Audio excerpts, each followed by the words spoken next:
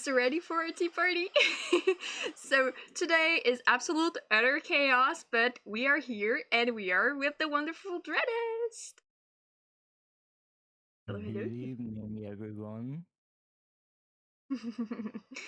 So, oh, oops. Yeah, you went black sooner than expected.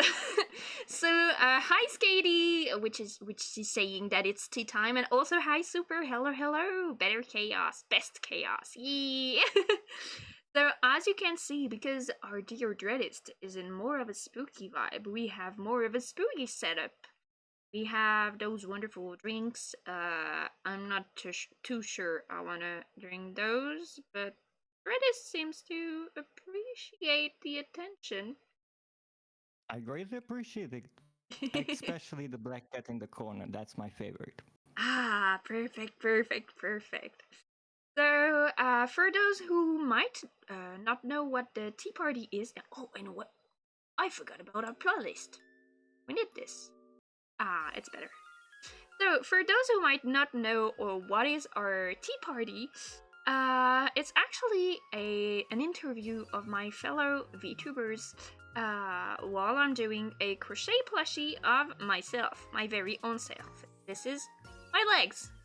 Wow. Eyeballs in a cocktail, tasty treat. Dreadist sound can be a little bit higher if you want. Okay, I'm gonna do that. And so you're gonna go pitch black, Dreadist. I am sorry. Take you back again. Okay, here we go. Oh, and hello, Nakio Zax. Yes! I don't know you, but welcome! Welcome, Nakio. Okay, so maybe that now that you all know what's going on in here with our little interview and our little crochet going on, Dreadist returns to the void. Yeah. How do you feel about that, Dreadist? It's only fitting that even in digital form, I come from the darkness. Okay. But I'm not sure everyone here knows you, even if they should. So please, can you present yourself, my dear Dreadist? Of course, I am the Dreadist, a monster VTuber and researcher of horror. Right now, in the genre of video games. Now, Hey. I'm not sure about my age, which is a bit interesting, because you see, I'm quite old and I don't quite remember. If I have to give a guess, I say a millennia, give or take a century. Okay. I feel a bit wrong. Okay. So, you say you're a researcher of the internet, and that you're where are you from? That's a lovely question. Now, back in the day, I spent plenty of time around your world, but for now, I reside in my shop of all horror and dread. It's in my own little realm between words, where, how can I say it? I'm currently stuck. Stuck? Yes. Really? Damn. Yes, you see, a few years ago, around 10 years ago, I had a little walk in the woods go wrong, and I got trapped in a nightmare. In a nightmare? Damn. Yes. Aren't you super scared? No, though it wasn't much pleasant.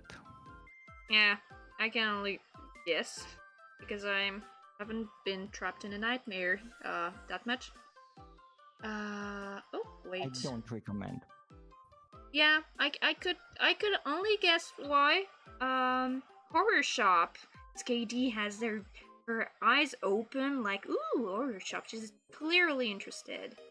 Do you sell anything You probably sell things because it's a shop, but can you tell us about what you sell? Just or is Absolutely. it a secret?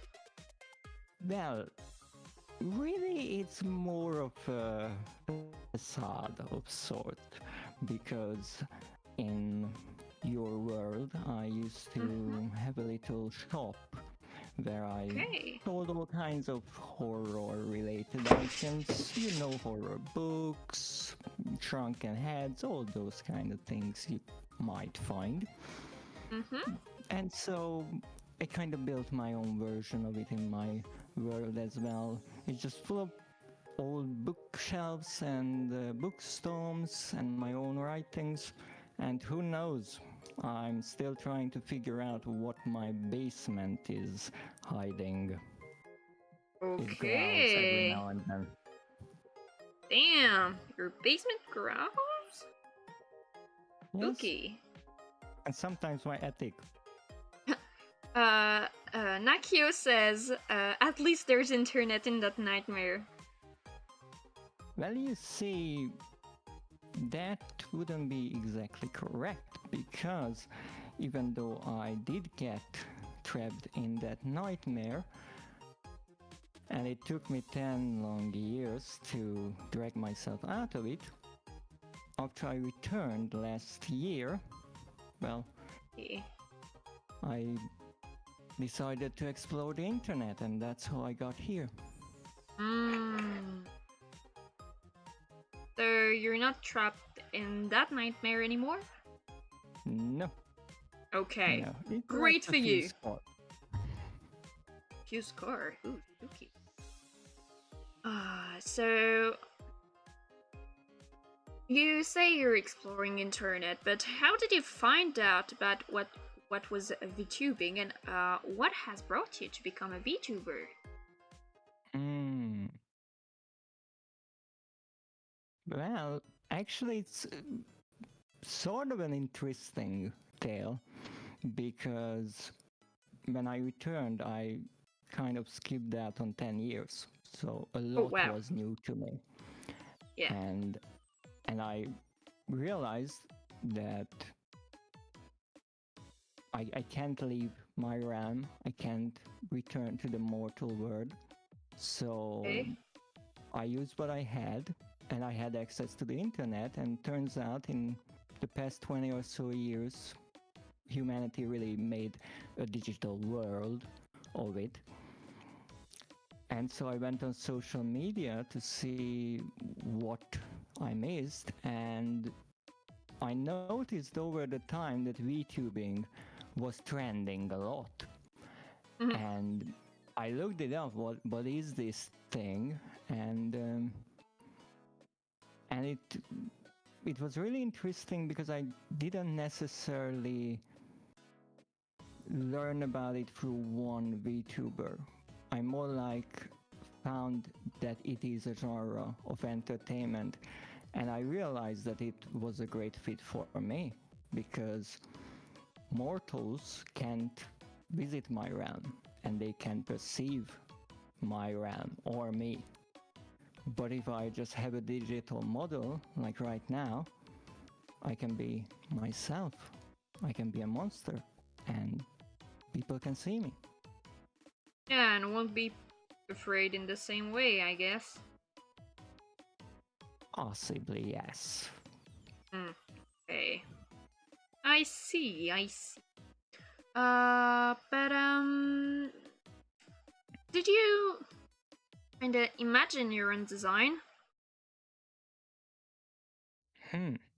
Design. I assume you mean my appearance here. Yeah. And before I answer that, yes, Katie. Exploring the internet, it takes a madman, in a way. You can find many interesting things on it. For example, me. So, my design is, in a way, I did imagine my own design, but really my model is based on my real monster form. and my less human body mixed together. Okay. Wow. That's intense. However, it did introduce some challenges because when I was looking for an artist to draw my design, they mostly ask for reference images.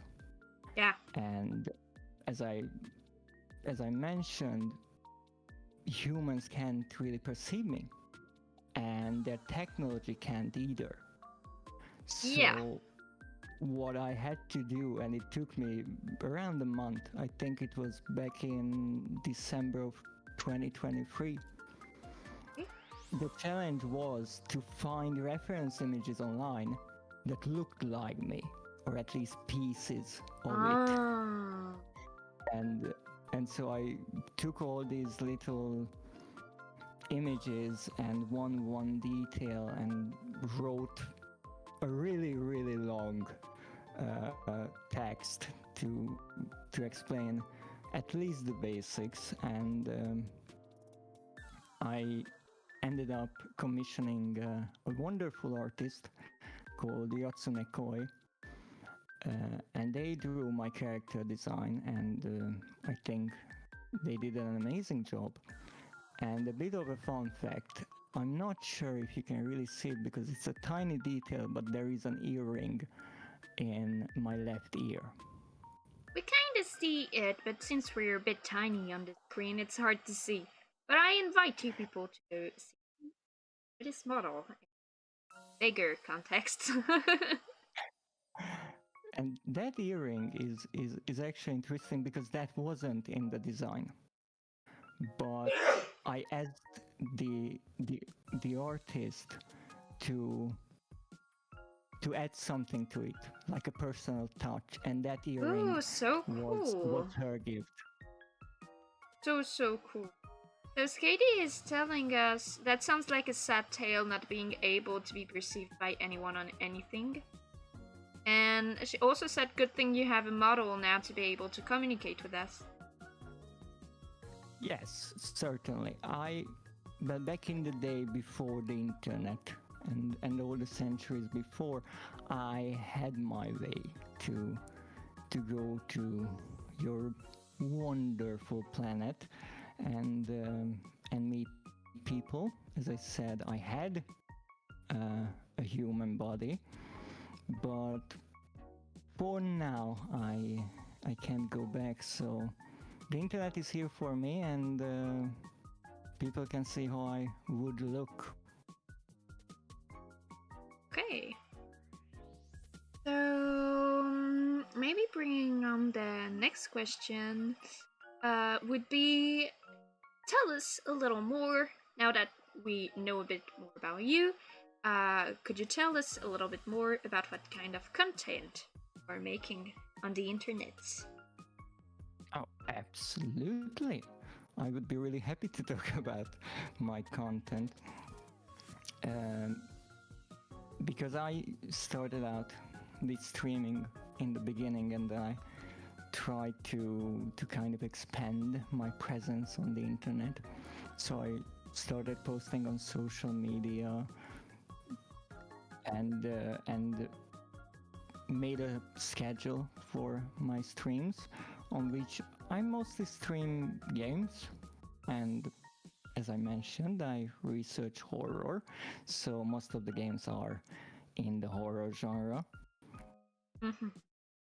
And I have a great lot of fun to really look at these games and see all the little tricks the developer made to try to scare me.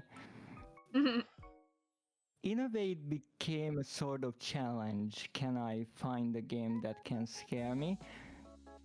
Not, at least not that I know for now. But I'm still trying. So if anyone has a recommendation, I would gladly try any game. Okay. But other than that, I also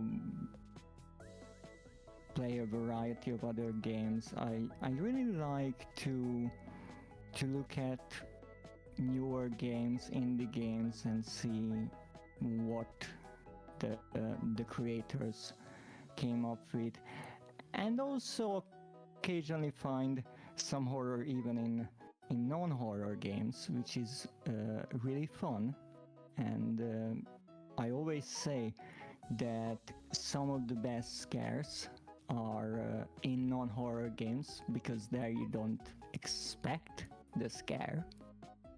Of course. And I know a few games where it really one moment became quite iconic because of that.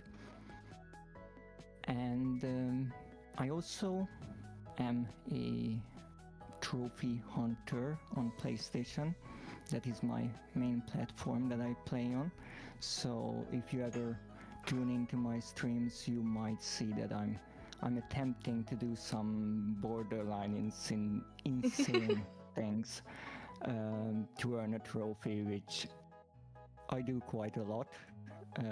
One of my recent endeavors was to get the platinum trophy of Resident Evil 2, because I want to play through the entire franchise. Wow. You have a lot of courage. And a lot of work on my hands, yes. Also, yes. Clearly a lot of work on your hands. Because I honestly, I wouldn't even try. I took so much time and so much mental efforts to only go through Alien Isolation. Like, that took me ages, so... Yeah. I even said in your chat when you played that game, I think it was really fun to see you being chased around by the alien. Probably was really fun for chat, yes. But They... I think you had a wonderful time with it, really, because you took your time, so you must have enjoyed it. Oh yeah, it took me more than 24... more or 24 hours. It took me a complete day of play to go through it. That was a lot. Wait, I'm just taking on with the chat. I'd recommend My Little Pony, because maybe the tactic is Dread will only be afraid with a non-horror game. And Skady said the commitment. I think she talked about Resident Evil 2. Captain told us what is needed for that trophy in Resident Evil. You can tell us. Let me quickly reply to those. Fun fact, because yes, I know horror everywhere. My Little Pony has some really messed up horror. You would be surprised. Yeah. And about what is needed for Resident Evil 2's Platinum Trophy? I mean, other than the obvious collect everything, items, weapons, documents, and collectibles, you also have to play through the game with both characters, play through on hardcore, with both characters, obviously, because it would be too easy with just one. Also play through the base scenarios, so it's 4 playthroughs just for the ending. Oh right, you have to get S rank with both characters on at least standard difficulty. And then there are some specific ones, like play through the game without healing, without using the item box, and probably some more that I forgot. So it's like 10 playthroughs of the game. Oh, really, I couldn't. I just couldn't. So our chat is also saying Physalia got killed many times about the alien thingy. That alien was definitely in love with you, won't let you live. It was terrible. The Rainbow Factory, love the dark lore of MLP. For MLP, I also love the fan made of the Infection. I don't know if you're familiar with it, but there's many people inventing Infection in My Little Pony, so it's pretty cool. Captain heard about My Little Pony horror. Ooh, that's intense. No wonder you were giving Skady lots of advice. It sounds like hell. Infection, it's so great. Yes, it is! It's fascinating with horror that even the nicest of things can turn into horror. I guess that's kind of the idea with games like Five Nights at Freddy's, that you take something inherently innocent and turn it into something dark. I got a drink, so if you want a drink too, Dreadist, feel free to do so. I put it water everywhere. Put it water everywhere. I do have my tea here. Ooh. And I would actually like to say that I find it really just a twist of fate that you invited me here and the show is called Tea Party, and I love tea. I drink tea on pretty much each of my streams, so it's lovely. So cool. I'm gonna try and do something a little crazy. Try to put my tea bag into my bin, but it isn't.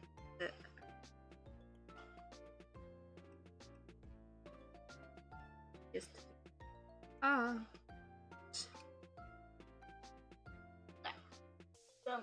shit, and put paper on it, and I'll take it back. Because I had an assistant making me tea because I'm too busy to do that kind of thing. It's not my labor. And the assistant didn't bring me anything to put out the tea bag. That's acceptable. Not to be rude, but you should at least fire them. Yeah, I think I should fire them. What was the chat saying? Hunted tea, maybe. Double tea. Great, how important is tea for you? Oh, I think we should both answer that question. How important is tea for you? Well, I pretty much live off of it, so I would say mildly. Okay. For me, it's like super important because I really like it, but I tend to forget to drink. But tea is a good thing to actually make me drink. But actually, now that we talk about tea, I had something to ask you, if I may. Mm-hmm. Because the show is called Tea Party, and I love tea, so that's a really nice fit for me. Mm-hmm. And if it's a tea party, we might as well talk about tea. Yeah. No, for me, tea, even though as much as I love tea and I pretty much drink any kind of tea I want, my preferences are pretty simple. Because right now even I mostly just drink English breakfast tea, which it's a strong kind of tea. You probably know is the most common in the world. Mm-hmm. And even though it's cold breakfast tea, that never really stopped me from drinking it even in the middle of the night. Okay. Which is not exactly healthy.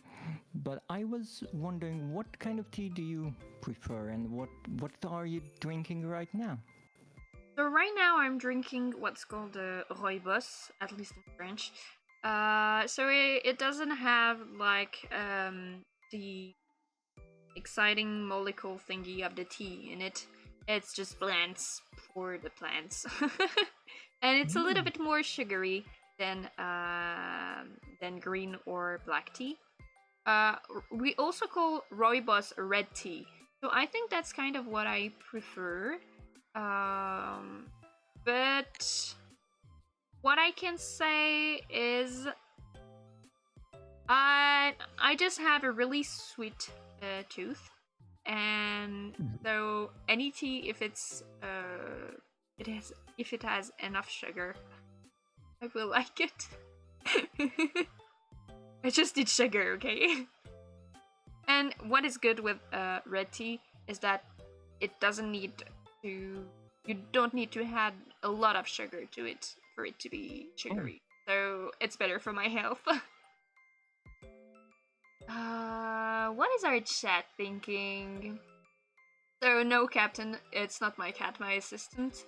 Maybe my cat would have done a better job on this one. And tea is excellent and good for you, yes. And hot water hydrates better than cold water.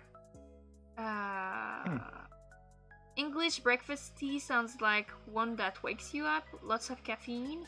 I don't know. Yes, do you know? Probably. Yes, I do believe it's actually called that because it's a strong black tea blend. But Okay.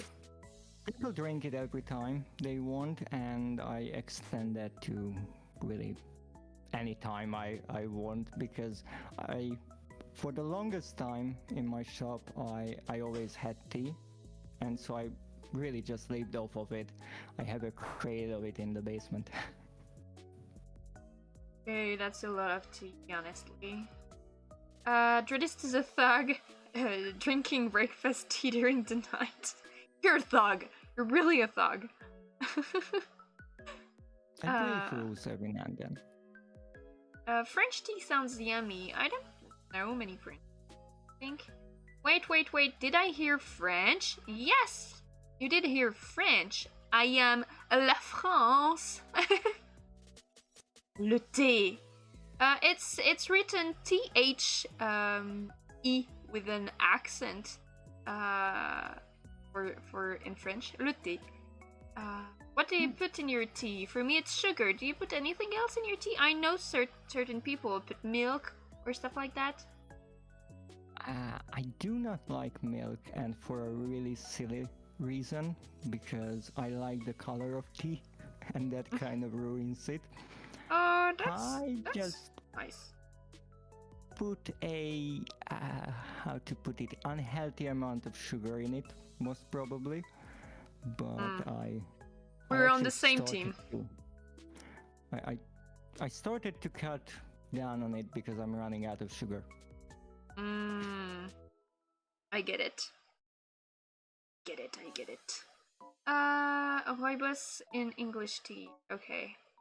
Sugar or honey? For me, it's more sugar because honey really adds a taste to the tea. And if I want the taste of this tea specifically, sometimes I don't want honey in it because ugh.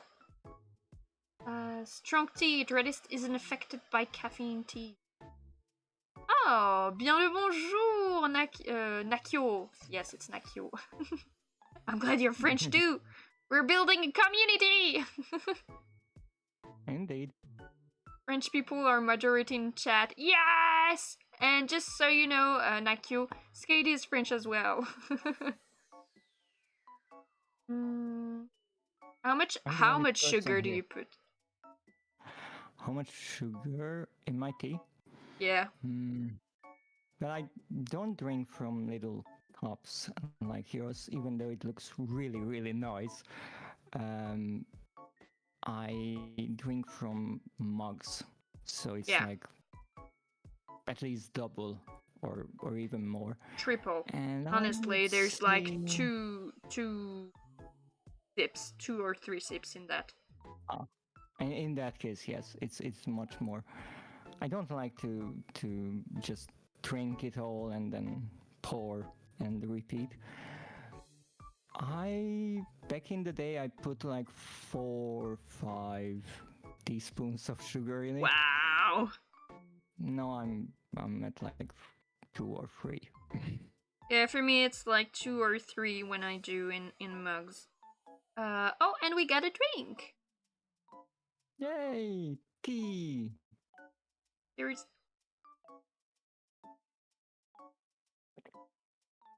And also I got a pet. I don't know if you have a pet. You can have pet. I want to. Well, as I turn black, uh,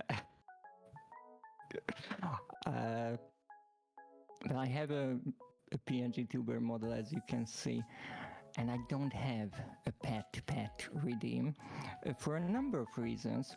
So I would like to offer any pets that I might receive to Physalia over here.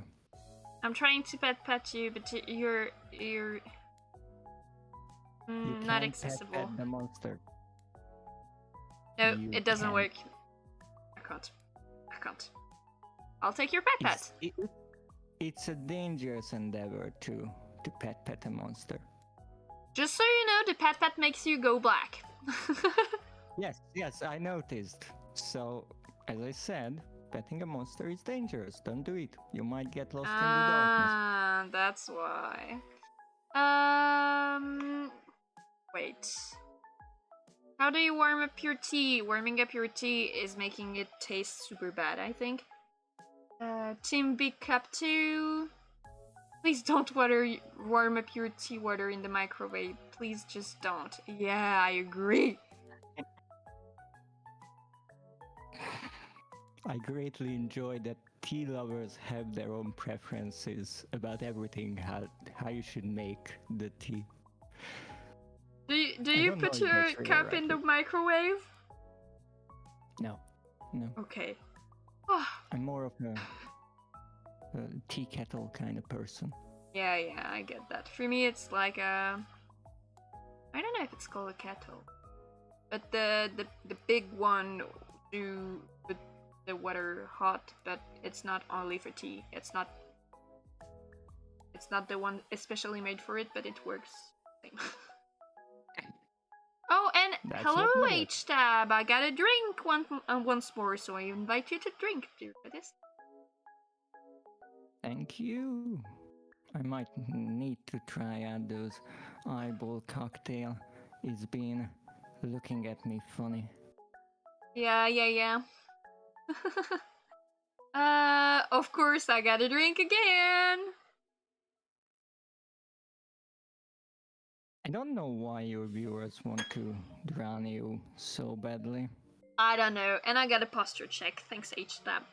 So maybe we should move on to the next question. We did a big aparté on tea, and yes, the hashtag drowned the moth. Oh my goodness, didn't even see the eyeball cocktail. It's our spooky. Oh wait, it's our spooky cocktails. Because Dreadist is a bit of a monster, so I guess they would like some spooky cocktails. So moving on. So you play games, and so what are your top 3 games of all time? If you have a top 3 game of all time, because you're not forced to, but we would like to know. Ooh, that's always difficult to choose. And well, I don't really like choosing favorites from really anything in general, because even just talking about games, there are so many good games, and it's difficult to compare them, especially if they are from different genres, and they can be great for different reasons. So I don't really have a top list in my head. And also there are many games that I want to play and I didn't have the chance. In a way, as I said, I'm still working on my backlog. But if I have to say and pick 3, and I put out the disclaimer that it's a subjective top 3. Worse? Let me see. Well, there are really two top lists because how I think there are the games that I really like that I played before and I greatly enjoyed them and I would play them again anytime. So they are the kind of go-to games. Okay. And there's the other list that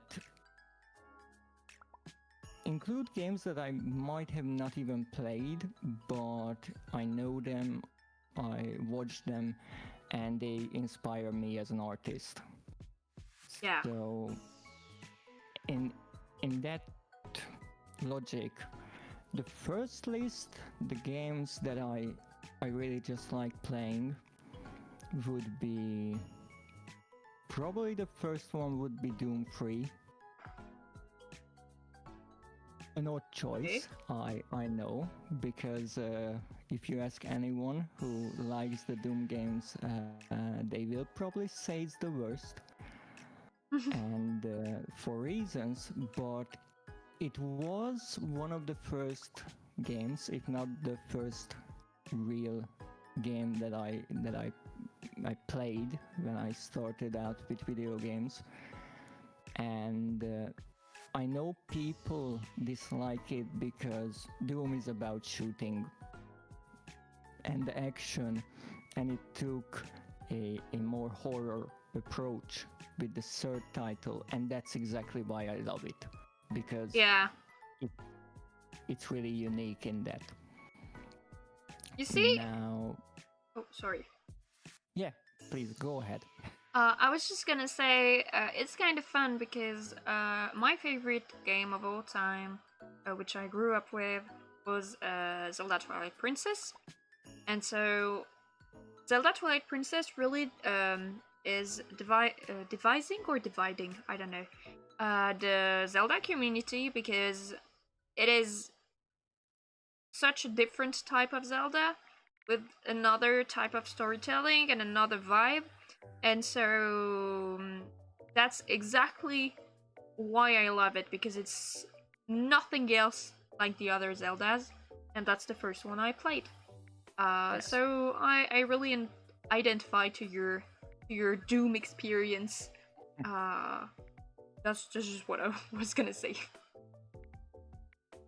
I always like when developers try a new kind of approach because even if these games sometimes don't really reach that success, or in general they are not the favorites of people, they really become unique. And as you said, that is exactly the reason why you enjoy that Zelda title out of all of them. Now, for a second place, I would most probably say, even though second and third is kind of in a tie for me, but I will say that it's an old game called Vampire the Masquerade Bloodlines. I don't know if you ever heard about the tabletop role-playing game that the Vampire the Masquerade is. No, I think I never heard of it. So it's a bit like D&D, but it's Okay. set in a world with vampires. Okay. And the masquerade is this rule that they follow, that they stay hidden among the people and they don't let the secret out that there are vampires. Okay. And once again, it's actually a game that did not really reach success for a number of reasons. It has a number of bugs, let's just say that. Okay. But for me, it's because it is a role-playing game and you play as a vampire. And in that game, I really feel home because I feel like when I, as a monster, walk among the people, and I just see that there's another word to it all. Great. Wow. That's a really cool reason to really like this game. I really love when games touch us in such a personal perspective. I'm just gonna, before your maybe third answer, gonna take a look at the chat. So people Absolutely. are saying, I love watching Doom speedruns for Captain. TP is so great for Skady, and I couldn't agree more. Zelda games with great stories are really fun. They are. If you want to see someone getting lost, should watch Dread. Okay. That's Ooh, true. I get lost in Doom a lot. ooh, getting lost and confused. I will then, hee hee.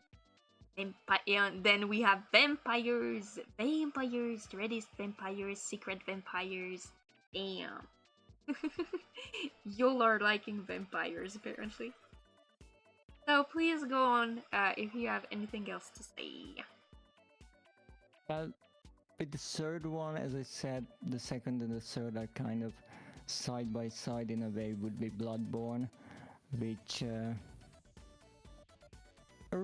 I would say a relatively newer game, but still it's kind of a cult classic, and I really enjoyed it. It's the one Soulsborne game that I played the most, and I'm among all those people who always hopes that it will be remade or someone will actually continue it.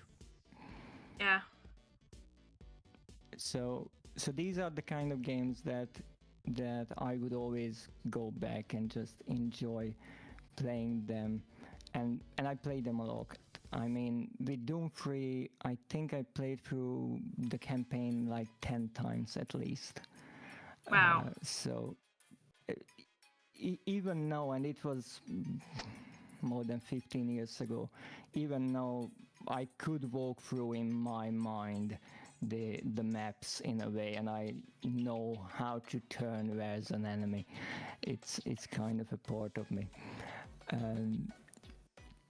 But with the second list, that's a bit more different, because as I said, it's not how much I might like playing the game, but the game inspiring me to kind of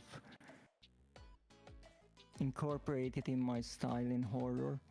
And that list would probably start with the first place would be Hunting Ground, which is a really quite old Capcom title. Okay. I do believe it was one of the titles that was developed from one of the early versions of Resident Evil 4 next to Devil May Cry. Okay. And it's just a different kind of horror game. It's really a unique piece. The second one would be another quite unique game, this time from EA, and it's called Clive Barker's Jericho, which I don't know if anyone is familiar with Clive Barker. He's a writer, and let me think. I think most people might know it from Hellraiser, the movies. Okay, yeah. I know it by name, but not really.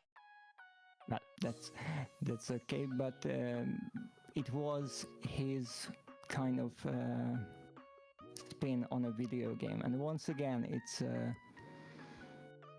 it's a really interesting game. Did not get the greatest of reception, but as a horror game, it's really quite unique. And for the third, should I say it? Probably not. Well, let's just say that the third game is one I couldn't stream on Twitch. Okay. Okay. So before continuing, I want to make a crochet a little point. So here I am. Here's where I'm at. Whoa, too much word for too little sentence. This is the end of the body. So we have the neck. I need to fill it up with the fluff. I will please just know that I will be hearing you, but I'm gonna ask you the next question, and I'm gonna go take the filling for this, so you won't see me at my desk, but I have my earphones, so I will be able to hear you, and I will be back in 30 seconds to 1 minute. But before that, a little bit of the chat. Bloodborne speedrun time. I just love Bloodborne. I watched it pretty entirely, but I couldn't play more than 5 minutes because I was scared shitless. Just so you know. It wasn't possible for me at all. We got a drink as well, because Skady asked. Okay. Putting tea everywhere. Skady. Thanks for letting us be hydrated. Oh damn, that's hot. So Skady was interested by the Hellraiser facts. Horror game. If any of you played Dead by Daylight, then you might know one of the Hellraiser Cenobites called Pinhead, because he's a killer in that game. Okay. I know Xanthia and Moxie tend to play a lot of Dead by Daylight, but Skady and I not so much. I don't know if she's right. I think she did a game or yeah. It's okay. But I never played it. Horror games rating get unfair ratings sometimes. Yeah, people are very very picky about horror. Yes, they are. And so I'm gonna go take my filling, and while I do that, please can you tell us your favorite music genres, if you have some? Favorite music genres? Well, I could give the more, how can I say, general or generic answer that I really like all kinds of music, but before I get into that, should I point out that Physalia over here is really interested in this cocktail all of a sudden.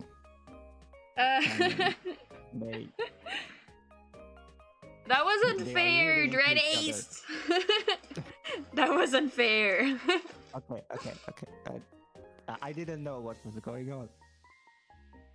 I was going to get my filling, and it was underneath the table. So I was trying to look underneath the table, but couldn't find it. See, so to answer it, I really like all kinds of music. Mostly, I would say rock, a bit of rap, depending on what kind it is. Okay. Pop music.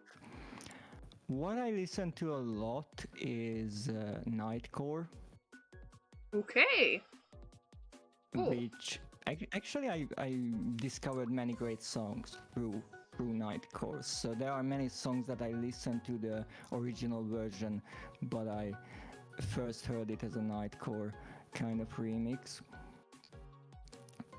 But to me, other than just the sounding of the music, what I prefer is songs with lyrics. Yeah. Because I do love languages, and I love wording. I love the English language in general, and in a song, it's really interesting because you can just freely write. It's kind of a challenging limited form, and that Yeah. can get some really interesting wordings out, and I love that. There are so many songs that I quote every now and then. I get that. I really love music as well. You're gonna go pitch black for a second because people got chatty. Of course, um, of course. I've always wanted to buy the Hellraiser's art book. I love body horror.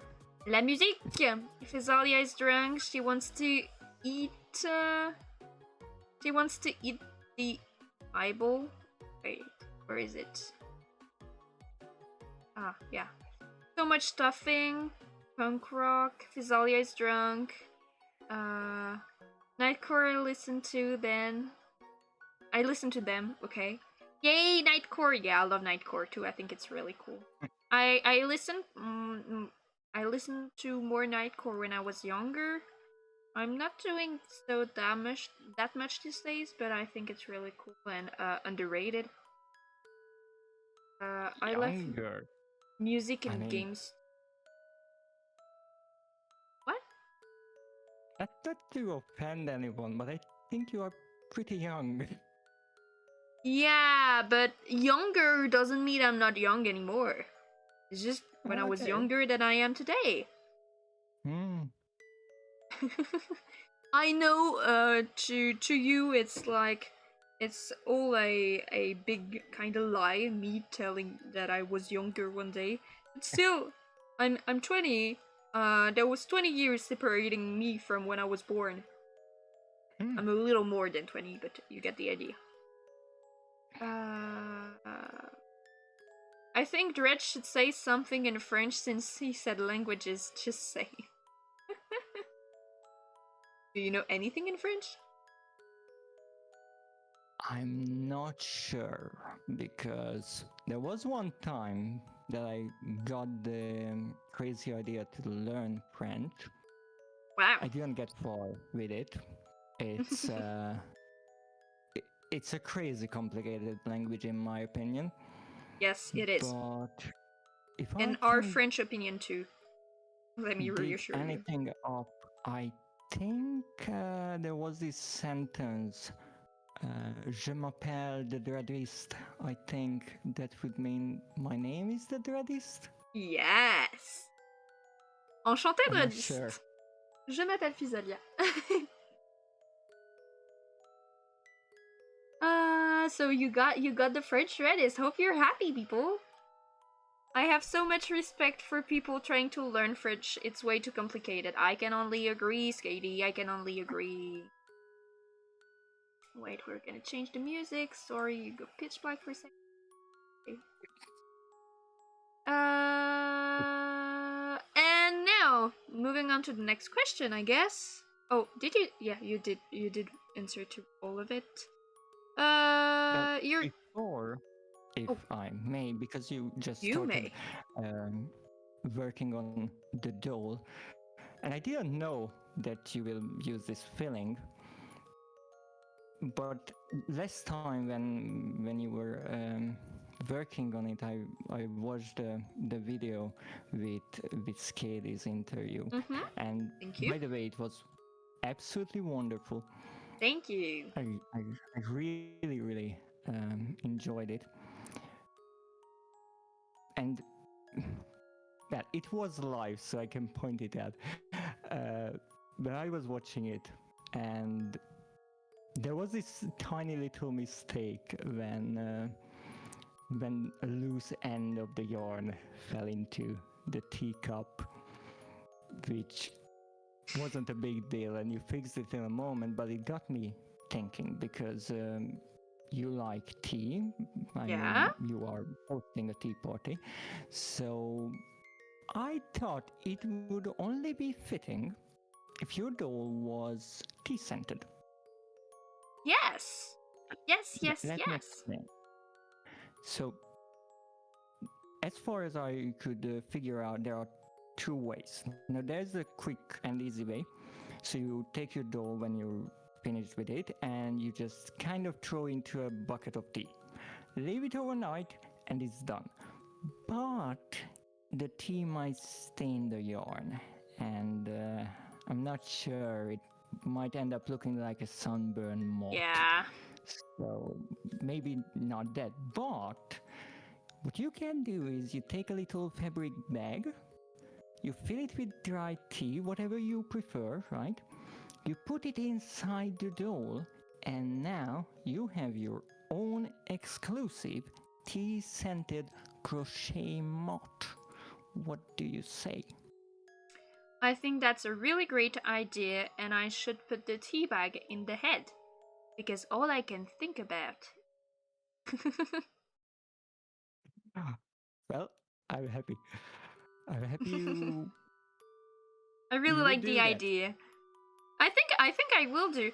First, I would have to read a bit about it online because I wouldn't want it to mold or something like Oh, that. good idea. Uh, so I need to get a little bit more info about it, but it's definitely such a cool project. And fun fact on the stuffing a doll. Did you know that actually stuffing needs a bit sculpting? Because you don't only get to put the filling in the doll. If you do it like badly, your doll will look super bad. So you have to sculpt your stuffing. You're gonna go black. I need to pick on the chat. They're chatty. That's wonderful, but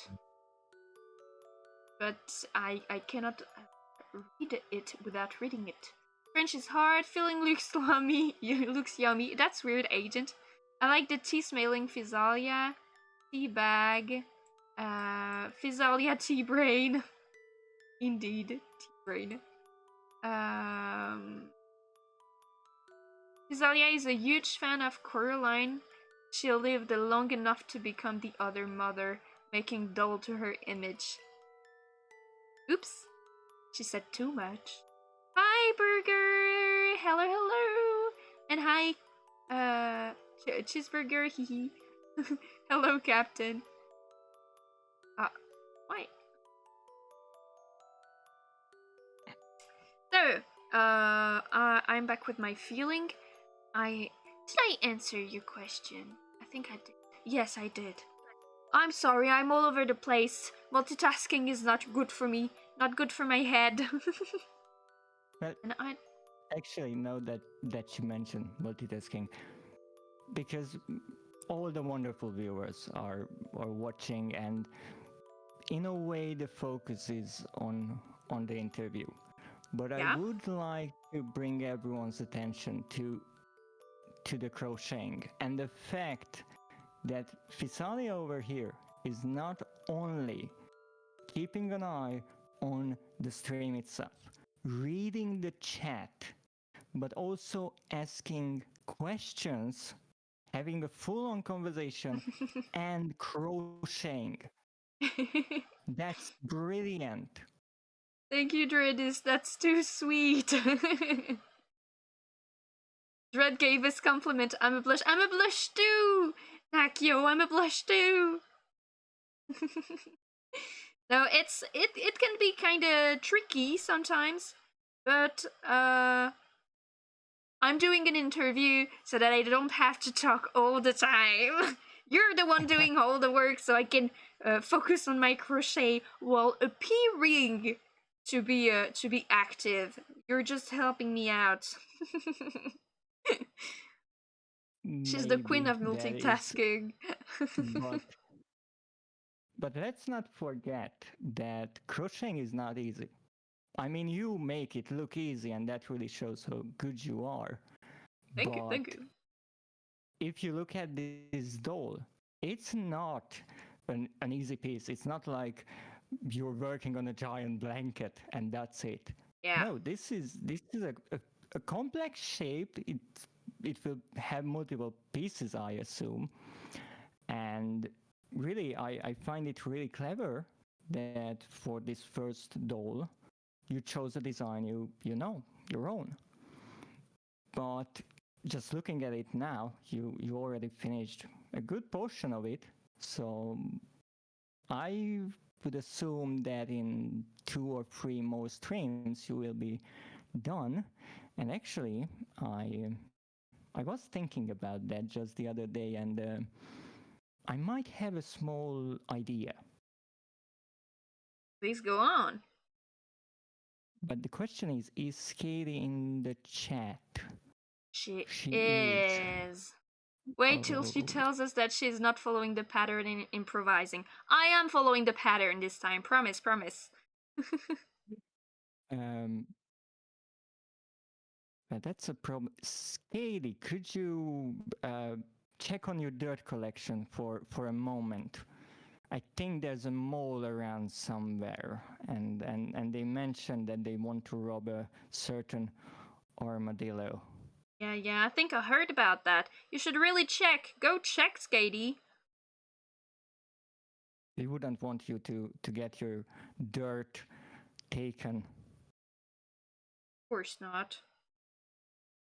Mole. Yes, it was a mole. Are you trying to distract? Absolutely not. What do you think I am? Why would we do such a thing? We're not joking with moles. You're scratching? Yeah, that will be the moles. Yes. So now that we can talk without any armadillo ears around us, you see what I was thinking? You could make a Skady doll next, if you want. But let's not just make it a decorative piece. Let's give it a purpose. Make it useful. Because you see, when I was looking at this design, what it reminded me, these little crochet dolls, they look a lot like voodoo dolls. They kind of do. You can make a doll of Skady, right? Just the same way as yours. Well, no wings, but pretty similar. And then you need to get a strand of Skady's hair. This might be a challenge. I mean, you will have to be a sneaky moth because she might roll up if you scare her. So yeah, I know. So be careful, but I believe you can do that. I'm sure I think you I can. Now, if you have that, then you will have your own Skady doll. And whenever you play together or you're streaming together, and you know Skady gets a bit out of hand, right? Yeah, I know. You just take a tiny ball pin, right? Yeah. And you stab it right into the doll's butt. I think it's a great idea. I guarantee you the effect will work. 100%. I can only guess that it will. It will work. And thank you for the idea. If anyone would say that is evil, maybe a bit. However, you can use it for good. Okay? I can? Because you can take it and you can use it for different things. For example, you can give Skady a long distance back scratch. Oh yeah, of course. Can do that too. Yeah. And as far as I agree. As far as I can imagine, I never asked Skady, but I don't think an armadillo can scratch their own back. I don't think so. Even for normal human beings, it's kind of hard to scratch their back, but I think the shell makes it harder. Yes. To access it because it's bigger. Use that, whatever you want. I'm just giving the ideas. Okay, thank you. I'm sorry, Captain. By the way, I don't know why it's activated. Contribute to the codes at home. I will put it away. And just Okay, Skaties watch their own mole everywhere. Cut Skaties' hair when they sleeping. Yeah, I will. A mole doll would be an excellent idea. I think I should give her a mole doll. Oh. Because she wouldn't throw it Oh. away because it's from me. But I would give her Nightmare. Or I make it a voodoo doll and she can hurt moles. That works as well. Katie's enemy coming to life. Of course he's talking about butts. Ay. Katie needs a massage. Lemcoat, lol. I'm back, no mold. Okay, I'm glad you're back, Skady. I checked the house 3 times. What did I miss? You didn't miss much. I finished stuffing, which is Yes. great. And we were just getting on with the questions because you know it's starting to get a little late, so we better go on with it, huh? What do you think, Dreadist? Absolutely. We obviously didn't talk about anything questionable. Yeah. First, I'm sorry, I'm gonna do a little aparté in order to deactivate the Cult of the Lamb thingy. I have another computer. Mole doll? No. There wasn't any mole doll. Captain, you're making nonsense. No, what it was, you see, Physalia over here, she said that she can't put the T in the door because it might mold, you see. Yeah. It's just error in writing. Skady just missed Dread saying we have great butts. But don't worry, Skady, you have a great butt too. No worries about that. For the record, I did not say that, but Physalia just did it.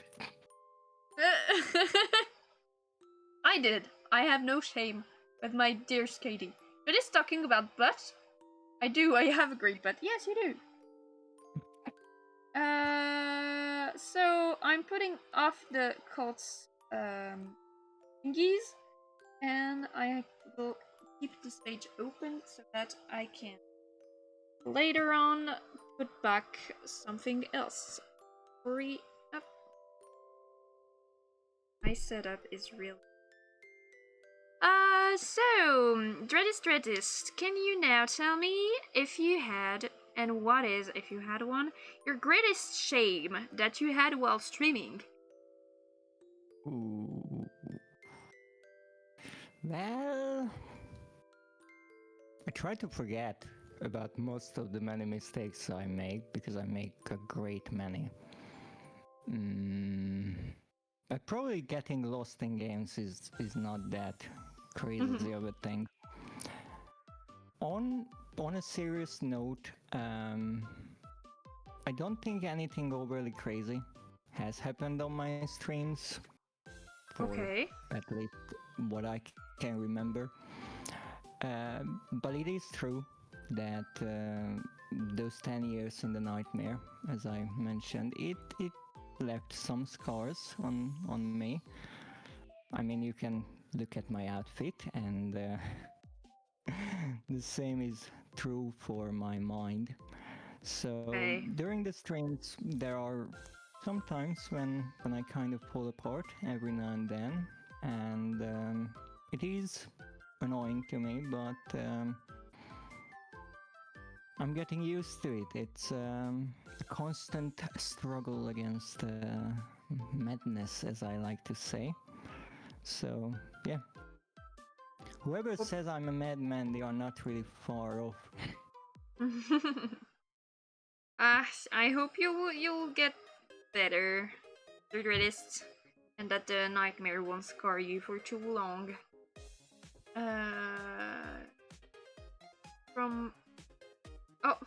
Captain says you are like Zorro, you get lost often. All the time. Absolutely. You're Zorro, wow. Okay, thanks for your answer. It was a great answer. And very profound. So I liked it. Even if it's a little sad. Now, moving on, we are going to ask you, what's your biggest inspiration for your content?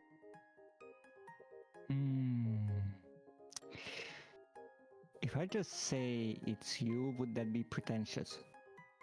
That wouldn't be pretentious, but I would blush. All right. Well, really, as I said, um, I discovered VTubing in an interesting way. But throughout my entire existence, many things inspired my work. Directly, some indirectly, and really I forgot about many. They just kind of became a part of my style. But from movies, books, songs, videos, all kinds of media, I learn from the tricks of the trade, as they say. Now, to just say a few examples, one would be Clive Barker, who I already mentioned with his game. His way of mixing some mature genres into horror in writing is something that I try to do. And also Alice Cooper, the great singer and musician. His theatric performance style I love, and I try to mimic to a certain degree. But if we're talking more about content creation, in that category, some of my biggest inspirations would be the old school video makers, like the Angry Video Game Nerd, because back then it was simpler over time, and I learned a lot how to make videos, the real basics of things, and also the technology behind it, because if you start out now, there are so many things you have to know right away. With VTubing, it's a bit different, because I mostly watch my fellow, as I like to say, aspiring VTubers who are at similar points in their careers to a degree, and so they face similar challenges. And in that way, I don't have one big inspiration. But for me personally, I find watching people who I met online and I know a bit really motivational, because when you watch a live stream, and you obviously know this, you can learn from it, but Yes. in a way you only see the final product. But when I know the person, and I get to talk to them, then I can learn about all the preparation and the work that goes into that one live stream, and that really pushes me and my art to better myself as much as I can. I think that's really cool. So really, if I would say your Scaly's work, it really is inspiring to me, because at a quick glance you can say that even this live stream, let's say it's 2-3 hours long, so it's 2-3 hours of work. No, it is not. It really isn't. And I find it just amazing what you two can create. Thank you so much. It's really adorable. I am really, like, for me, I am so, how how do we say that? Amazed. I think that's the word that I'm looking for. When I see how much you stream, because you spend so much time streaming and creating on the internet, and I'm always so amazed. And the only regret that I have is when I end my stream and I'm just like ending it and in my own word, and when I go on Twitch just to export my VOD and I see you're streaming and I'm like, I wish I thought about raiding. And that's my only regret. I'm really always even when I can't say hi, come by and say hi, I'm always glad to see you're creating and the content you're making. I'm always keeping an eye on it because I do appreciate you as a person, as far as I know you, even if it's not as much as I'd like to. But also, like, as just a content creator, like I like your vibe and how you manage your creation. I think it's really inspiring, and on my part, I'm also really amazed by my crewmates, because they're always working so hard. And I do agree with you with the fact that the persons that are at the same that are going at the same pace as us are really the ones that are the greatest to look forward to. Like, I wanna just learn from them, not from the big ones that have already achieved everything. Like, it's not that I have nothing to learn from them, because of course I have a lot to learn, but not in the same way that I have learned from my fellow VTubers. And that's a part of why this concept exists. I just want to share the love and share the knowledge about people out there that are making great content and that are cool. So, online people are inspirational. I agree, Captain.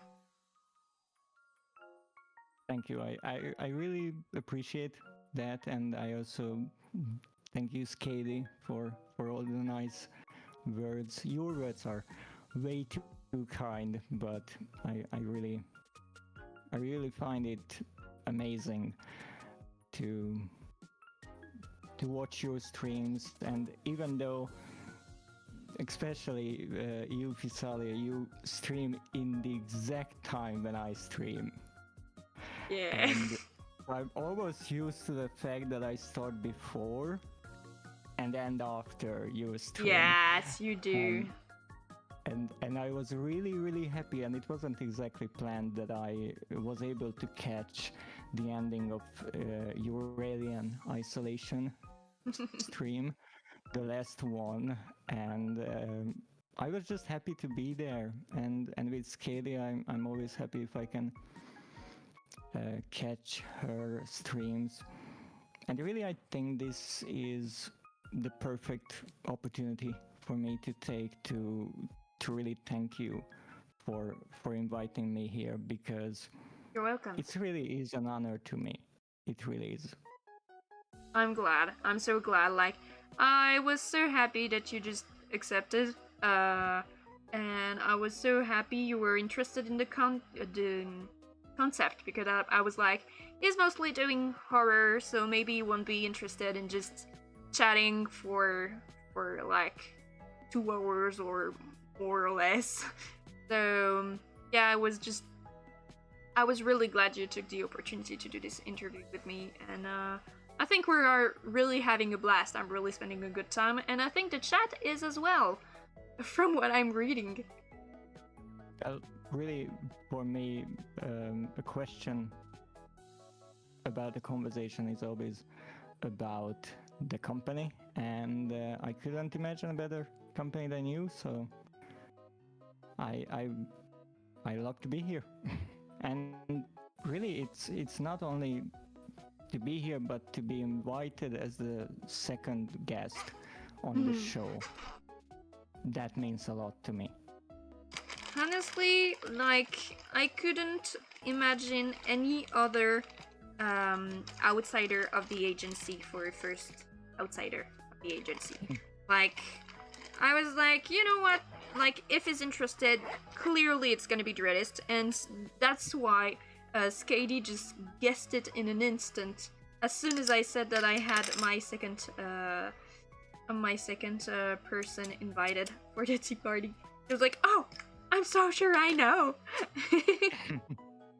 Well, you know each other, but yes, I once again, just like with the doll design, I find it to be really clever that you invited Katie first, someone you know a lot, and that's why really it is such a privilege to be here as a second guest after Skady. And actually, if I look around, I think there are still some baguette crumbs around here. Probably. But that interview was brilliant. I loved watching it, and I'm really not sure if I can top that, but I will try to live up the expectation. I'm not gonna say it too loud because Katie might hear, but you're definitely how do we say that? It's not I only have breaking it, but that's not the expression. Like, you're making it so cool. That's what I mean. And I really enjoy how different the whole interview is between what I did with Skady and what I'm doing with you. It's so much different vibes, but it is so cool, and I'm really happy with how it's turning out, and how we're just making it quite unique together. Yeah, it's a little weirdly said because I'm good at multitasking until a certain point, and doing inspirational quotes while crocheting while improvising what I'm saying is a bit much. I'ma say that. But yeah, I'm just so happy with how this interview is turning out and how unique each person is, and I'm so glad because my objective is not to just talk for 2 hours while crocheting. It's just to make connection with people and for the chat to really discover, yeah, how fun and how cool other content creators are. And I'm so happy, and I couldn't have had another so cool person for the second one. Like, you're really the right person to be the second fight on this concept. Thank you so much.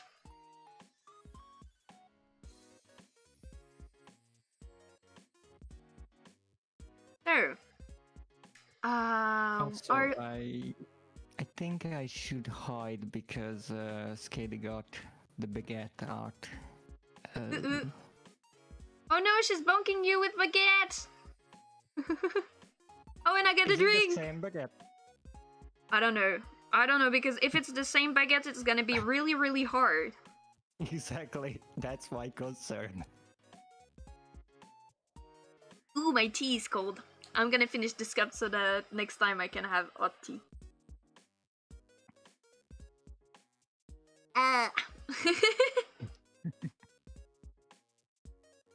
So, just a heads up, we have actually finished the first part of the body. So, I can sculpt it a little more. For the neck needs to be really firm to just, like, be able to hold the head. And we have our little leggies. Weep, weep, weep, weep, weep, weep, weep. Beware of the baguette! Oh, Skady isn't happy at all. Oops. Does Dreadist often say I'm lost? Do you? Not necessarily. I don't have to announce it. I think people pick up on it really quickly. Yeah. Probably. So, While I'm making my nut, and it's gonna take ages because I'm really bad at making nuts, could you please, my dear Dreadis, answer my next question, which is, I know it's gonna be a bit weird since what we said earlier, but maybe you can find a way to tell us something about it. But my question is, are you full RP or is it quite secondary in your streaming activity? Like, are you building yourself a character or is it really you in your life? Or tell us everything, anything that you want. Well, that that is an interesting question to ask of me personally.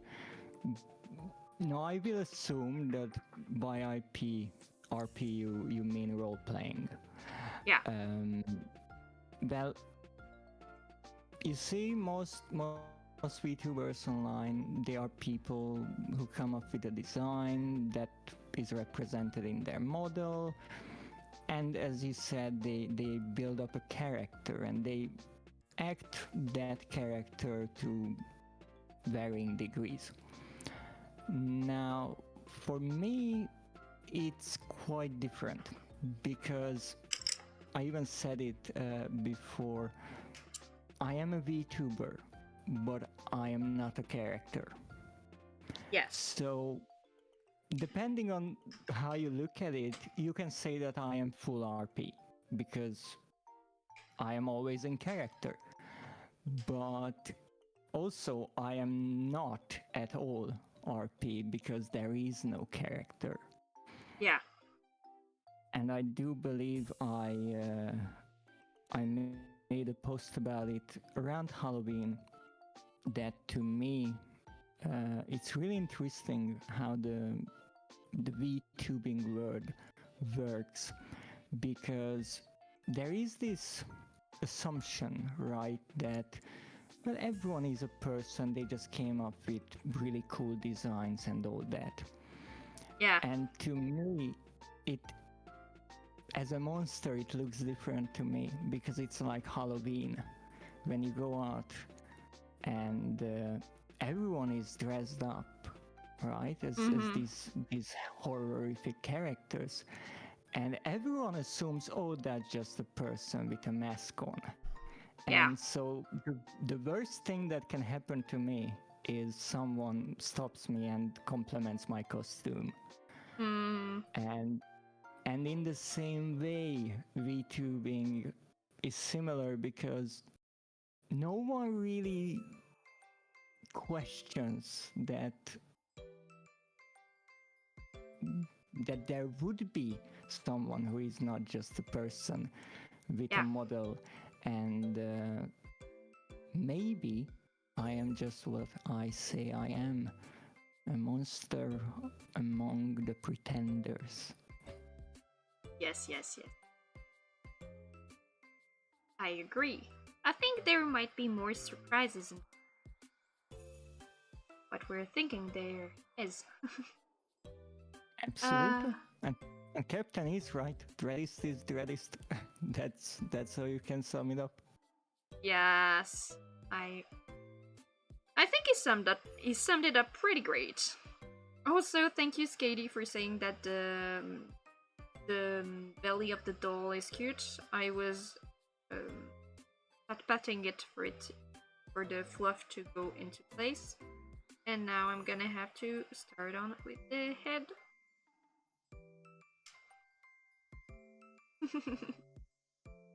So the next question, Dreadist, was actually, I know that you're taking inspiration from people, your status as growing, but still, do you have somehow a favorite VTuber? Like, yeah, anyone? A favorite VTuber? Well, in a way, yes, we touched upon this, that I don't really pick favorites, and I also don't watch too many VTubers in a way. And especially I don't really know many of the more famous ones because that's not how I discovered VTubing. I didn't start because I was watching a VTuber and I was a fan of one and I got inspired, or I got this Yeah, idea, yeah. hey, I could do this. So I don't really have like a huge favorite, or I do believe, as the community would say, an Oshi. But I like the work of many of my fellow VTubers. It's no question that I like your work, Skadies, and many more, but I don't really have a favorite. I think everyone is different, and Yeah. in a way, why I think the VTuber community can work so nicely most of the time is because even though we are doing roughly the same thing, everyone is unique. So it's not really a competition in that way, that they like your streams for who you are, and that is really different for me and for Skady and everyone else. Yes.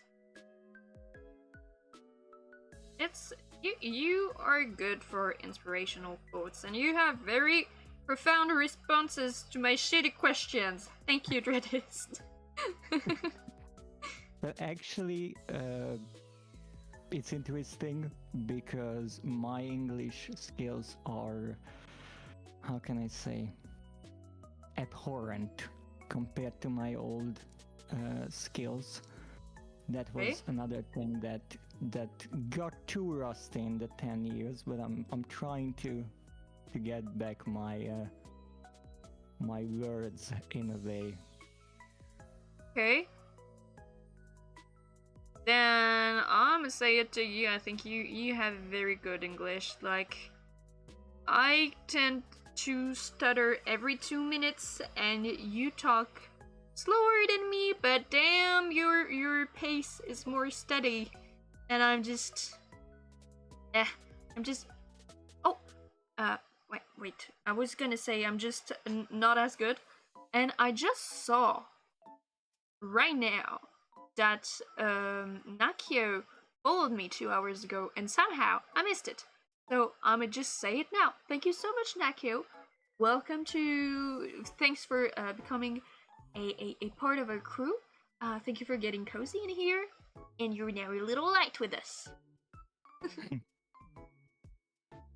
So yeah. Moving on. Actually, Moving on. now that Oh, you say it, the Little Lights, which is a brilliant name, thank an you. absolutely brilliant name. I love it. But I wanted to ask you something, Yeah. because you see, I am a monster, but there are also so many different creatures in the world, and when I get to meet them, I like to learn about their species, ask them a few questions, and honestly, I don't remember ever talking to a moth. At least in a way they replied. Let's just say that. So I'd like to ask you something. Please go on. I know there is this saying in English, like a moth to a flame, which means that someone is attracted to something. So, who are drawn to light? Oh. So you had a little lag, but I guess your question was are moths drawn to light? Yes. And my answer, yes. There is nothing I like more than light. On my birthday, I did a tier list of lights. Oh, really? because I liked them so much. My assistant that day worked well because I had a wonderful tier list made by my assistant. And oh damn, that was perfect. I just love lights. That's why my followers are called little lights. And that's why we are making the cult of the lamp on Cult of the Lamb. That that is really really lovely. It's just I love lamps, so my followers are little lights because I love my followers. And I just, yeah. The sun is the forbidden light, but I cannot stop thinking about just, The forbidden light. yeah. That's brilliant. It's the forbidden light. Like, do you know why we tend to just come out at night? Because if we do during the day, we're just too tempted. We're just too tempted. It's too much. We want to look at it. We want to hug it. We want to go and see it closer. That's why we're living at night. That's why. Oh. Well, we learned a lot about mods today. I didn't know that. You're welcome. So, as a kind of follow-up question, does that mean that the fact there is an actual lantern on my necklace had anything to do with the fact I was invited?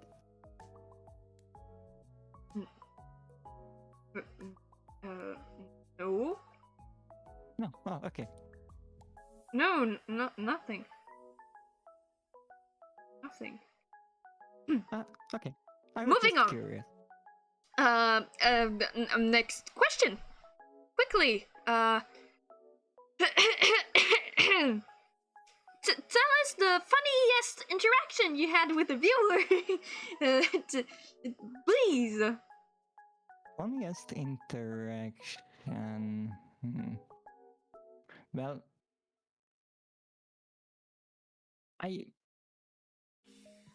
if I think what was maybe the funniest, because you see, I'm always happy when viewers join my chat and really join the conversation, and I had some great, wonderful conversations with my viewers, but there isn't really one that sticks out as the funniest.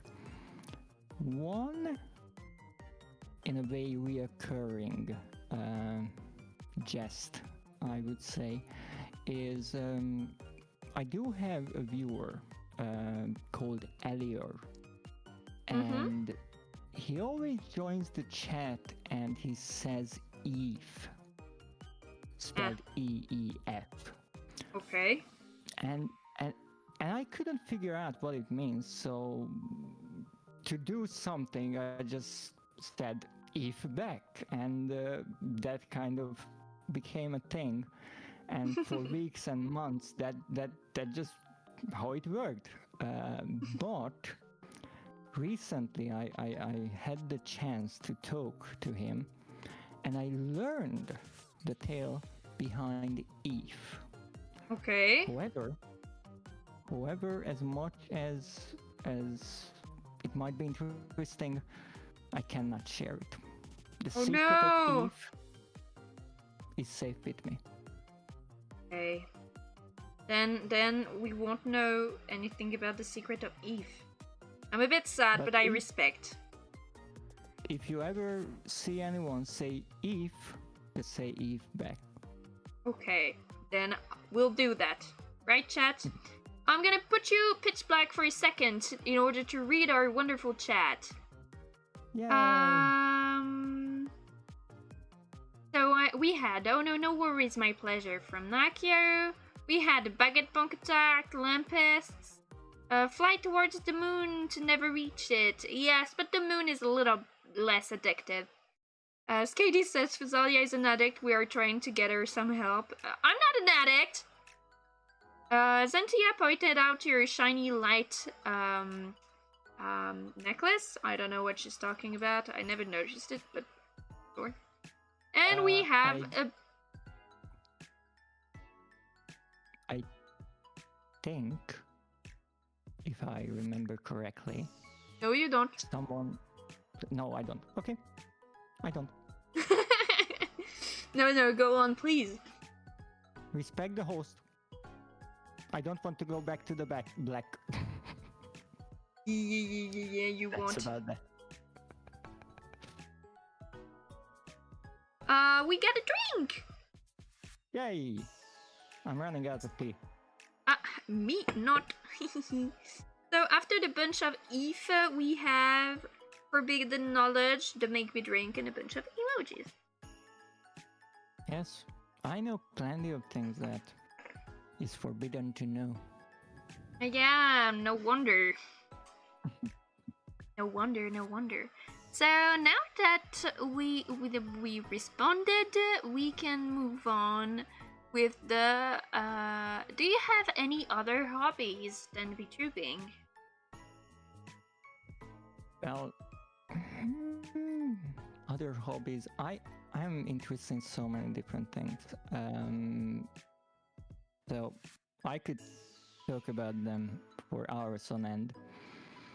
But if I have to say one thing, it's probably the English language itself. Okay. Ooh. And it's really one of my oldest hobbies, learning and writing. I love writing as much as I don't do it often. Okay. I love writing and coming up with little notes and quotes and such. I have papers all over me just littering the shop, and I pick them up and read, oh, I wrote that, that's good. I have to remember this. And it's really interesting because I write so much, and at times I woke up in the middle of the night, write something down and go to sleep. Okay. I don't even remember it. Wow. And That's commitment. quotes that I written and I don't remember it at all, but I say, oh, that's actually interesting. I didn't think of that, but apparently I did. Really fun. And as I said, my skills are quite rusty, but I do want to perhaps even bring that to my streams to show people the beauty of this language, and really any language. I love just looking up little things about it, and actually that reminds me of something, because all the wonderful viewers, a bit of a interesting tidbit. When Physalia reached out to me regarding this possible collaboration, I didn't know much. She was really quite secretive. Oops. And all she said was it would be a stream, an interview, and crocheting. That's it. It is. No, that's 100% true, and I was really happy that I didn't have to crochet because I can't. But you see, I was sitting there looking at this message, and not because I was thinking about what my reply is. I knew that I want to work with Physalia again. But I was looking at this word, crochet, and I just thought to myself, this is a really, really odd word, right?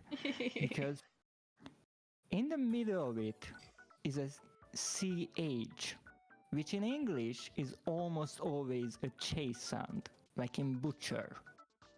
But now, here it's an ash, which in English, again, most of the time is written as an SH, like shred. True.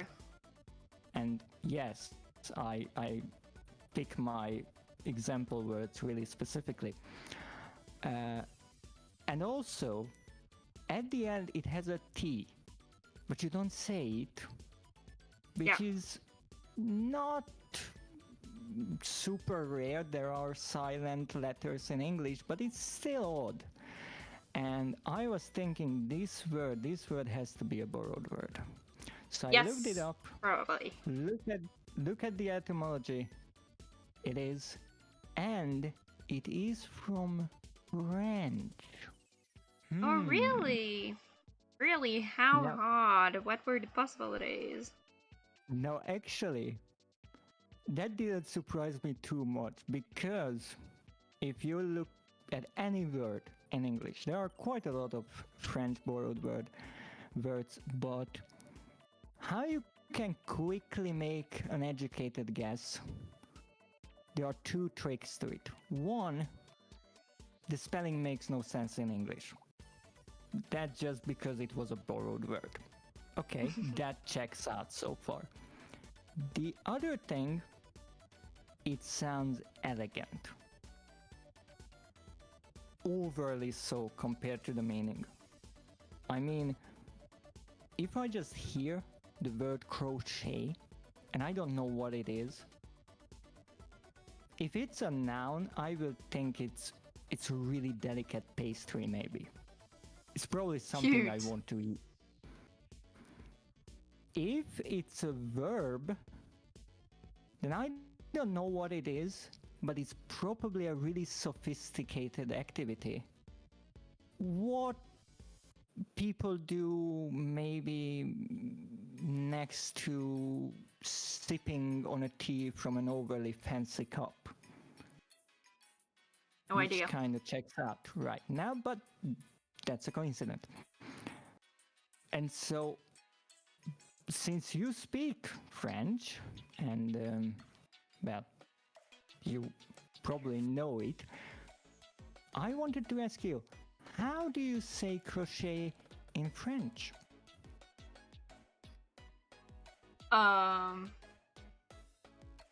Crochet. How do you spell it? CROCHET. It's literally the same word. It's like literally borrowed. Let's say that the English didn't overdo the borrowing part. They kind of just stole the entire thing. Yeah. Yeah. C'est du crochet. C'est du crochet. And like, you have the word crocheting, we use the term do the crochet. We do the crochet. Oh, it's like a dance. Yeah. Yeah, kinda. We dance just something. So we could say that. We say on danse le tango. For example. But like do the crochet, it's like we used to do the something. It's like doing the dishes in English, I assume. Yeah. It's same thing, same construction. And we say faire la vaisselle as well. That's Yeah, we brilliant. say do an activity for a lot of things. Yeah. A tiny French lesson for all those listening. What did you say? It's a small French lesson for all the viewers. Yeah. It is. Most of the chat actually speaks French. Not Captain though. But I'm sure our listeners are loving it. So wait a second. I think I didn't check for what I was doing on my crochet. I thought I was supposed to do the head, but I think I'm doing an ear, essentially. I have no idea. Because that looks weird. Anyway. Just follow the instruction. It will work out. I hope so. But what is gonna work out? Baby trauma of having to learn French. Oh, poor Nakio. Yeah, it's terrible. Learning French is so hard, even for French ones. Even at school, when it's your first language, it's awful, honestly. What I noticed, a really interesting thing is most of the world will tell you that French is one of the most romantic languages. And pretty much every person I know who is French says it's not. I don't know why. Like, I think it's hard for us to think that it's romantic because we don't talk French like you learn French. Like you're learning bonjour, je m'appelle, nanana. When for us it's like yo, moi c'est, which is like yo is like a weird way of saying hi. And instead of je m'appelle, which is like I get the romantic vibe. We just use me it's, like literally me it's. Hi, me it's name. And like we use as Katie is saying, is like we have too many words to say private parts and they're all disgusting. I didn't thought that was where it was going. I just read the beginning. But we have too many words that are not used the way they're intended to be. And like we have too many words for, and yeah, even bonjour. Bonjour is not sexy. Bonjour is boring. Bonjour is just ugh. Bonjour. Salut. Salut, ça va? Like we have so many terrible words, and we're not doing poetry. Like we have so many insults. Like we have a word that is an insult, that is technically a word to say bitch, and that we use like a punctuation in every sentence. It's like if you say, we will say, for example, ah bitch, that's dumb. Ah putain, c'est con. Just in a way to say, Skady is writing Zubi de chelou pélo, which is like dick, you're weird man. And Zubi is like we invert sometimes. For chelou, it's like it's supposed to be louche, which is the initial word for weird. But chelou is just, we're taking louche and we're inverting. And it's a new word. We use words backwards all the time, and it's not romantic, it's just weird. We're just doing weird stuff all of the time, and everybody, it's called verlan. It's like saying oui, you do weird. Like, I'd say that putain is similar as I don't have the word actually. I have it censored, so sorry. It was originally Persian slang, yeah. Imagine speaking like that in English. Oh heck no, I'd stop speaking. Yeah, me too. Like if you were mistreating English people, if you were mistreating your language as we are mistreating ours, like we couldn't learn. And also we have, like, we're not romantic. To say I don't care, most of the time we'll just do, which is a fight mouth. Like, we're just stupid. We just don't know how to talk properly. How is that romantic in any way? But I'll admit that when I see a French person talking in an English context, sometimes it looks cool. I think the idea of it, in a way, is that to the rest of the world, hearing French, it sounds really nice. I think that is undeniable. And it's like a mystery to understand it. Yeah, as because we don't sing when we're talking as the other languages.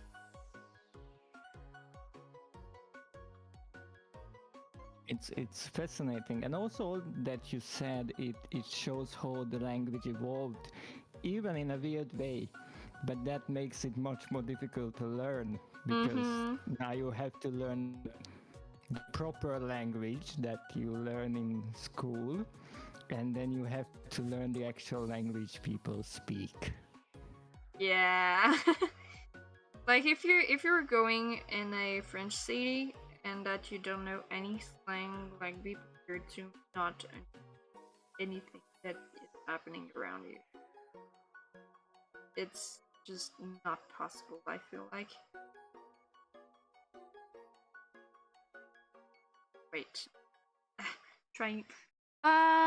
Do you have any other fun stuff to say about French, or should we move on to the next question?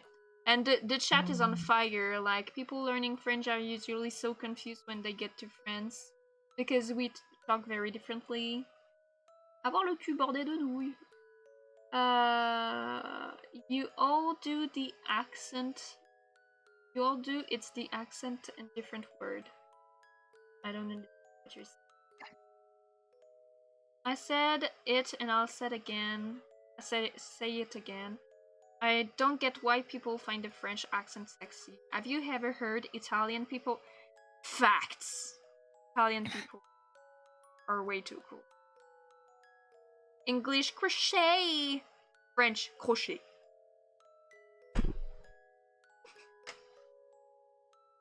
There is a beauty to them all, in my opinion.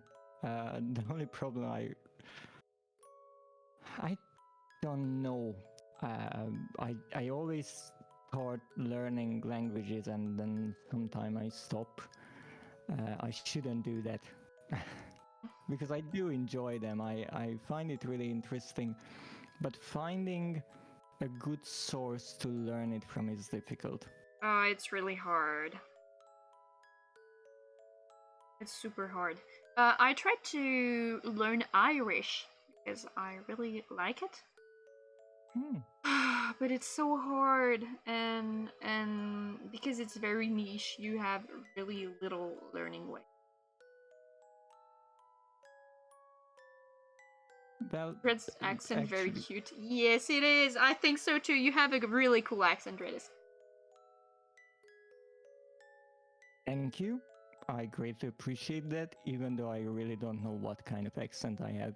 I think it's Me a mixture neither, of but it's everything. cool. But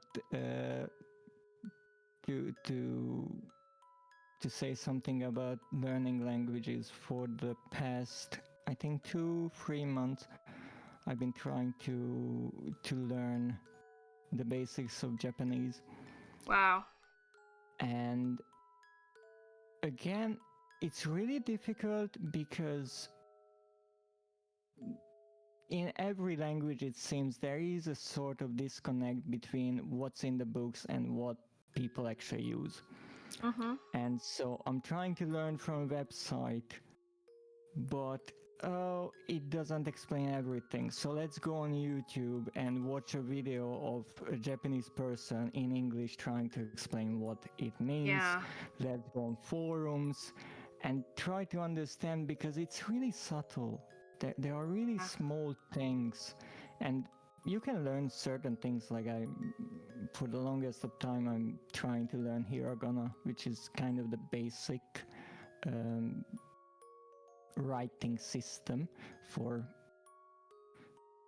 kids in kindergarten. They use only that before they learn kanji, and you can do that from a website, obviously, because, well, that's the symbol, that's what it means, and no problem. But when it comes to grammar and like what a word means, even in English, one word has many meanings, and it's really difficult to make sense of all that.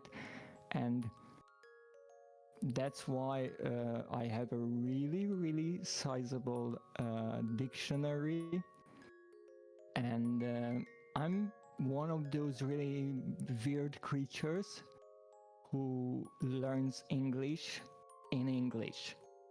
So I have an English dictionary because I find it easier to understand a new word described with words I already know.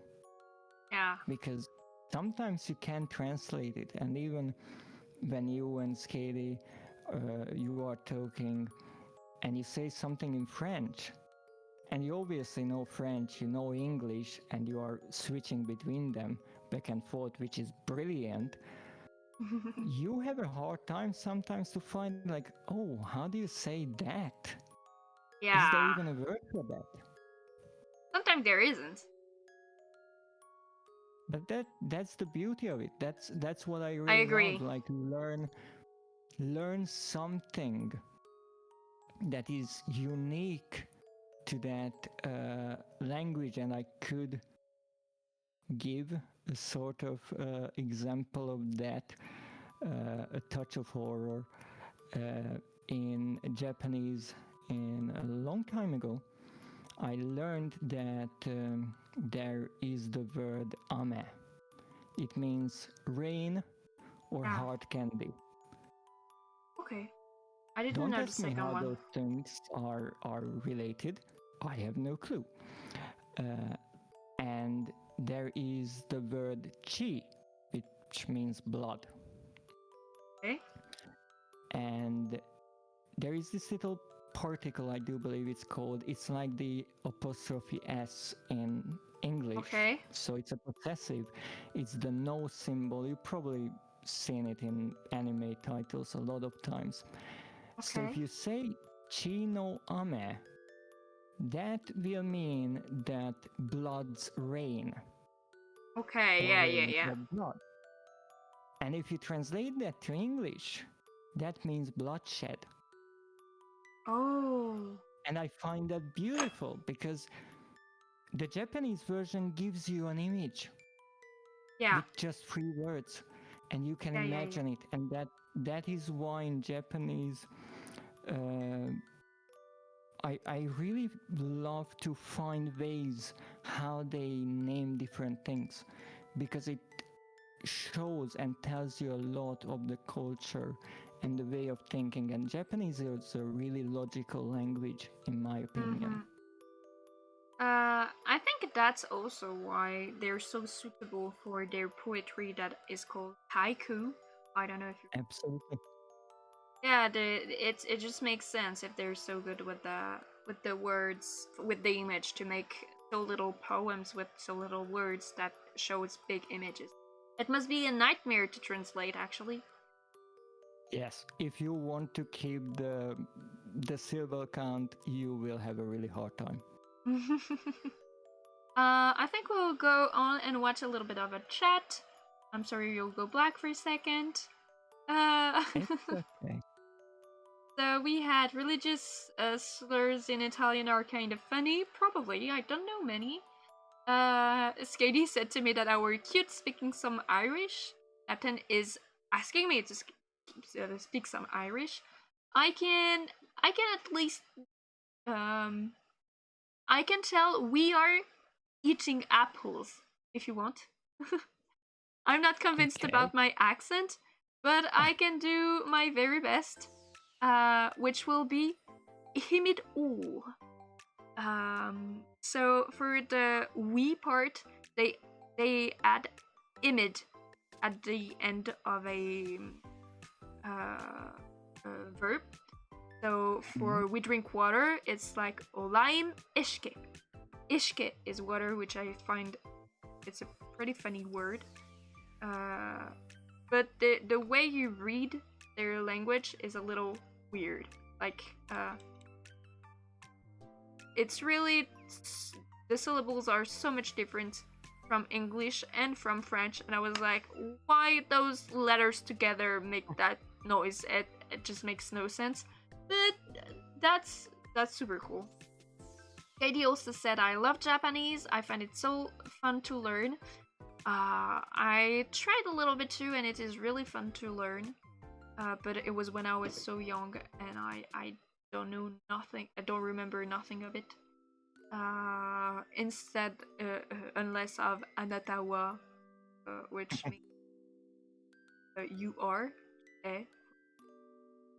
Yeah. I think.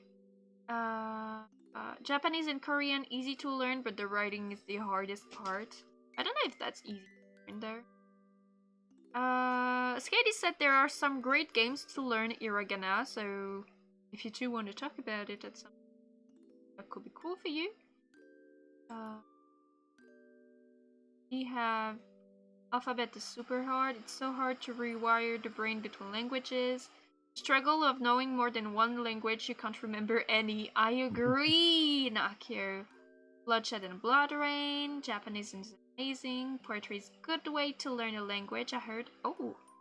But yeah, Japanese is a language full of image and cultural meanings. Learning the language is learning so much about Japanese history. How do we say? I can only imagine. That's what I was wanting to say. Long story, Irish is fun. It's March 2, how fitting. Why it's March 2. Sorry, I don't get the link. Watashi wa skate desu. Desu. Desu. I think it's Fransu desu. Yes, Fransu desu. Okay. Thank you for telling us so much about Japanese. That was so interesting and so cool. Thanks, Dreadist. But I think we'll move on to the next question if you don't have any problem with that. Absolutely. So I like this question. It is: do you tend to stream only thing you feel comfortable with? Or do you like to take some risks doing things that you're not used to? Well, actually, I don't really keep count of how long I've been streaming or how many streams I did, but I have a monthly show, and actually I do believe just the last weekend I had it's 8 episodes, so that means I've been streaming for 8 months now. And in a way that might sound like a lot, but I'm still quite new to it, even with this much practice. So to answer the question, any streaming really that I do is new to me to a certain degree. I'm always trying, and something always goes wrong. That's just how it is. And I think anyone who tried to work with any sort of electronics, they know sometimes things just happen. That's it. Try to restart it and maybe pray. it will work or not. No, because most of my streams are about gaming. I played enough games in the genres that I like, at least, that I feel confident playing, even new games on stream. For example, I played Resident Evil 2 before, but I never played 3. But it's fairly similar, except for the dodging, which I'm still terrible at.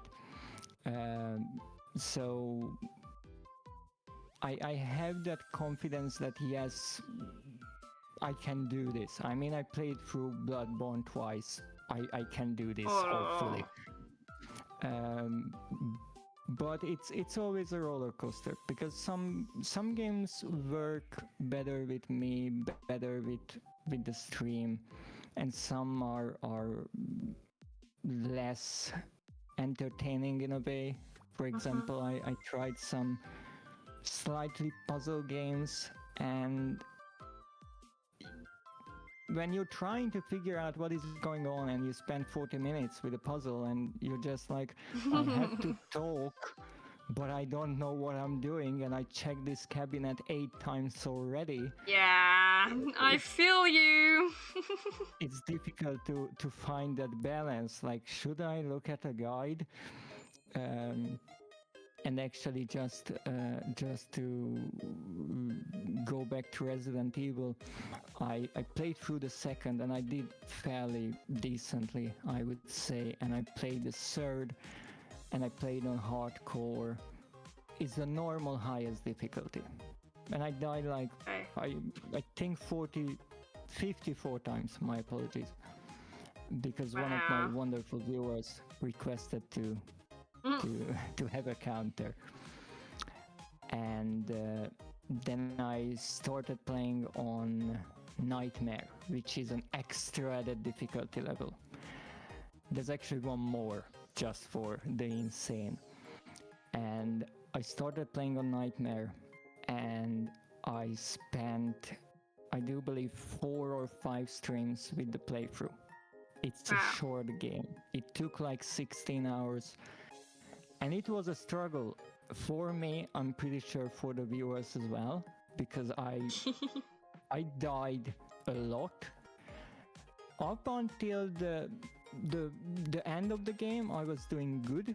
The last 2 boss fights, especially the last, was really a nightmare. So I'm still trying to convince Skady to even try that difficulty.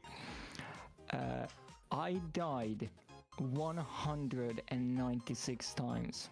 Wow! Just the final boss killed me more than 100. But then again, I have that trophy hunter mentality, and I looked at Nemesis, who is the big monster there, and I always said, hey, you are trying to be a monster, but you won't be the real one. So I had to continue, and one of the monsters survived, and that is the one you're talking to. But really, I'm trying to experiment as much as I can, because let's be realistic, I'm not exactly famous. And I don't have those high expectations associated with me. I don't have a lot of eyes on me, so I get to try new things, and I get to make mistakes and learn from that, which is, I do believe, a nice thing in a way, because when you're out there streaming and you're trying to make things work, sometimes you get a highlight, sometimes with the entire stream you're like, that wasn't so good. And you have to find what kind of games and what kind of content works best. Yeah. Trial and error. Absolutely. And it's difficult because you have to balance things, and I do believe it's a struggle for pretty much any content creator, because you try to make it entertaining, and you want to make it fun for your viewers. Of course. But sometimes it just doesn't work out that way, because maybe the game is like, no, not today. No. Another time, maybe. Yes, and actually I remember Skady was playing a game, I think it was Hollow Knight, and she was fighting with the final boss, I would assume. I don't really know the game, and she was dying left and right, and also she was trying to talk at the same time, which is kind of an additional difficulty. Yeah, And sometimes it helps though, I think. It is true in some ways. What I do, I kind of say what I should do when it's really a timing. For example, against Nemesis, I had to learn the moveset of Nemesis in the final boss fight, and some of the attacks are delayed. So I said with a certain speed, like, and delay now, and press the button. Yeah. And that's how I got to do it. So Yeah. in some ways it helps, but trying to read the chat and answer a question and do a boss fight is a difficult Honestly, most of the time I can't. Either the chat is on hold when I get to concentrate, either the chat is on hold, or I'll straight say to them, I'll read you after. I can't. Yes. Talking about the chat, I want to have a look at them because they talked a lot. So A chatty chat is a good chat. Yes, they're wonderful. Learning is important from Captain. You're doing great, Ready, from Nakio. Oops. Just for the record, I would like to advise everyone not to ever call me Dready. Okay. So Skady is great at dodging in Resident Evil 3. Captain also said, yeah, Physalia and Alien Isolation were lost and confused and dying a lot too.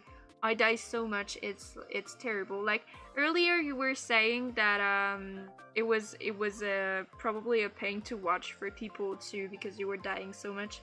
It's me in any game. Like I don't know how you put up with my shit, people. Like, and I finally get so pissed, and I'm just a little gremlin moth, and just people stick around, and I'm like, you like to torture yourself, people. But I think what is wonderful is that you have the persistence. You, even with Alien Isolation, it doesn't matter how many times you died, you still kept trying and trying and trying, and I think the viewers are kind of rooting for the player to, yes, you can do it, and that's why it's such a wonderful moment when you actually get to go further and survive a part and finish the game. Yeah, and I absolutely love this experience. Like 2 or 3 weeks after, 2 weeks I think after, it was Thursday, and I was like, oh, I'm not getting to play Alien today, and I was a bit glad and a bit sad. I was like, oh, it's ending. Like I won't be suffering, but I won't be suffering. It still has a DLC, just for the record. True, but we'll give it a little time. Still, I'm not ready for that emotional damage yet.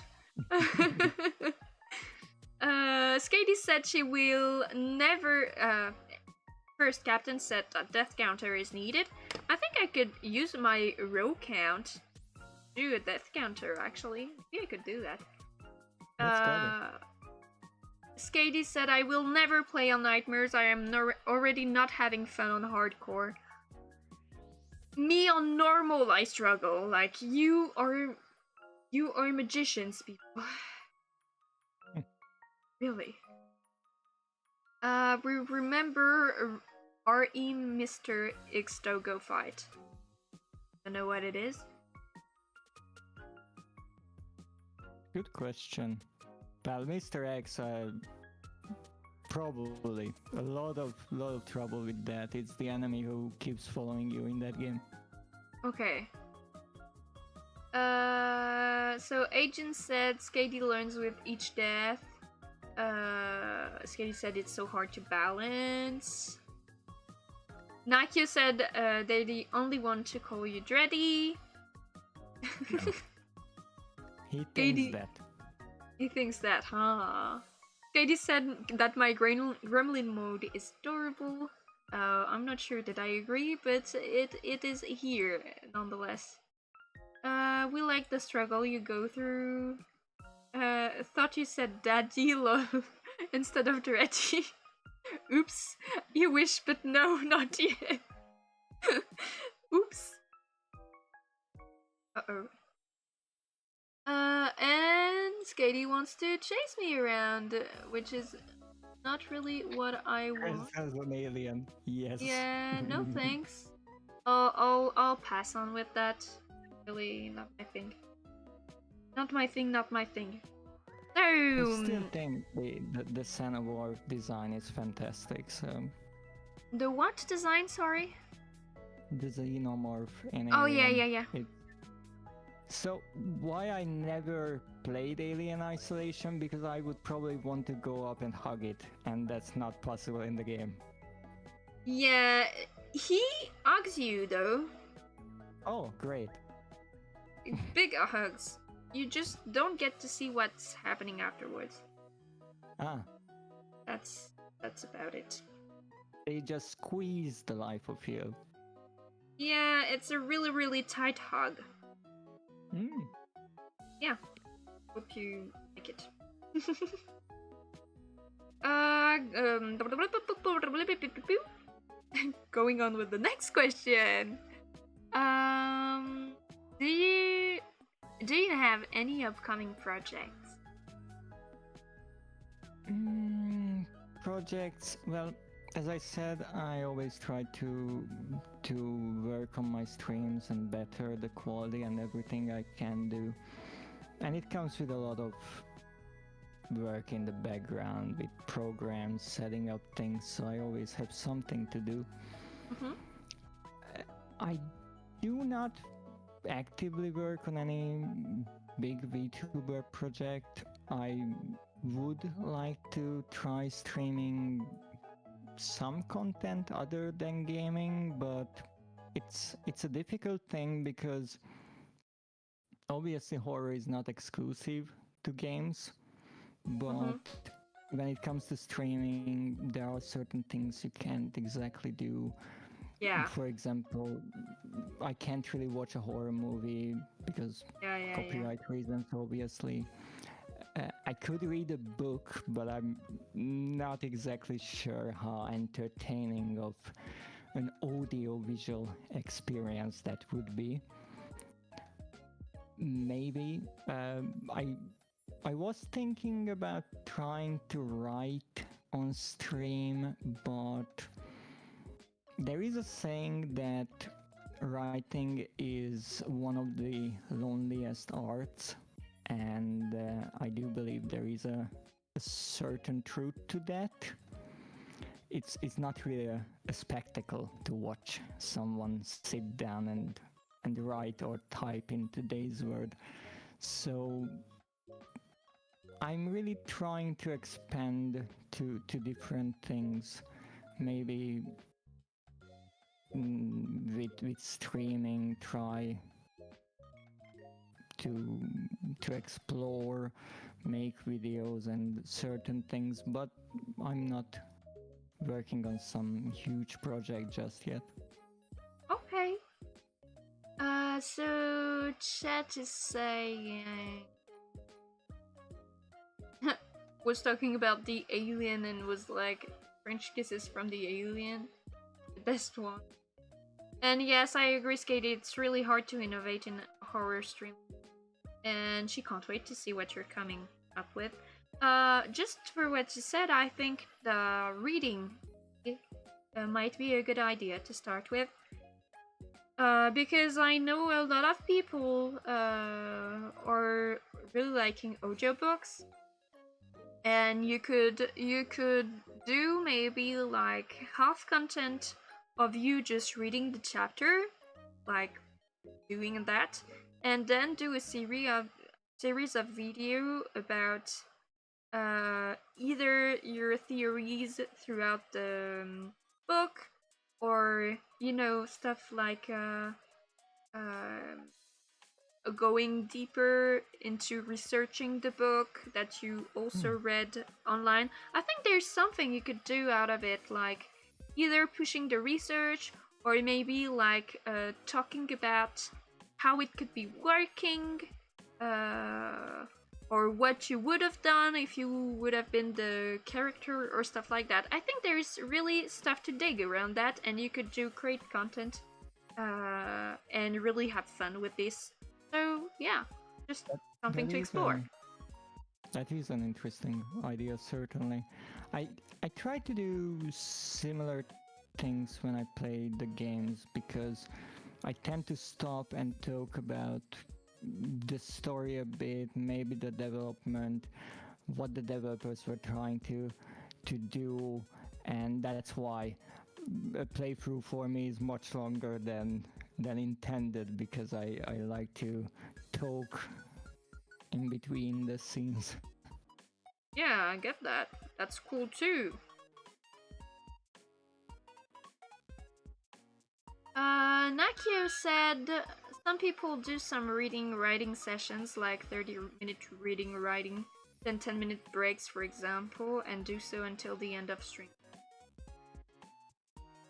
But actually, now that Skady said that, it would be very interesting. There is something that I do know she finds really interesting, and I wanted to mention, because if you ever watch Skady's streams, which I 100% recommend, I think everyone will quickly notice that she's quite fond of dirt. Yes, she is. Some would say she really likes dirt. I would say it's bordering on obsession, but that's not here nor there. But just watch her recent birthday stream. If you doubt me, I think you will find that she is indeed really, really fond of dirt. In a way, she's like a dragon with a hoard of gold, but it's an armadillo with a big pile of dirt. But I was wondering about that. For you, is there something that you find so precious and maybe collect, like Skady's with dirt? If there's stuff that I collect, I gotta say, I am a collector of all sorts of things. I am a bit of a hoarder, and I have silly interests like little pet shops. I just love little pet shops. I don't buy them because I need to keep my money, but I just love them so much. It's I also love some type of dolls that I quite collect, which are called Pulip, if anyone knows. It's it originates from Japan, I believe. I'm not 100% sure. It might have been created in Korea, but I think it's popular in Japan. But I'm not 100% sure. So yeah, I like to collect those. I also like to collect cute rocks that I find nearby rivers. That's interesting. I kind of collect yarn. Like, I'm like, no, but you know, it's for crochet, it's for projects. But when I find a really, really cute yarn, I just want to buy it. I have a rule that if I don't have a specific project for a skein of yarn, I just don't buy the yarn, because otherwise I would buy too much. But you got the idea. Every cute thing that I can hoard, I would. You see, that logic implies that if you see a cute yarn and you make up a project for it, then you can buy it. Fortunately, my brain is super slow. So I wouldn't say that. I don't get to have the time to just see the yarn, make up the project, and then buy the yarn.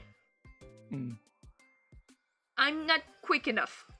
So I get bored and I gotta go out of the store before really coming up with a realistic project that I know a pattern for. Because I need to know a pattern for.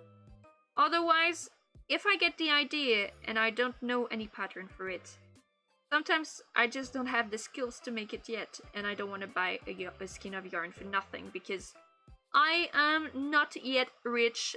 Yes, people, every VTuber isn't rich. So that's that.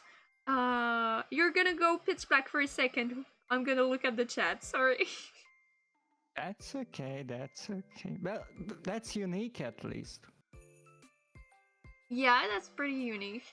Does dirt equal touching grass? I'm not sure.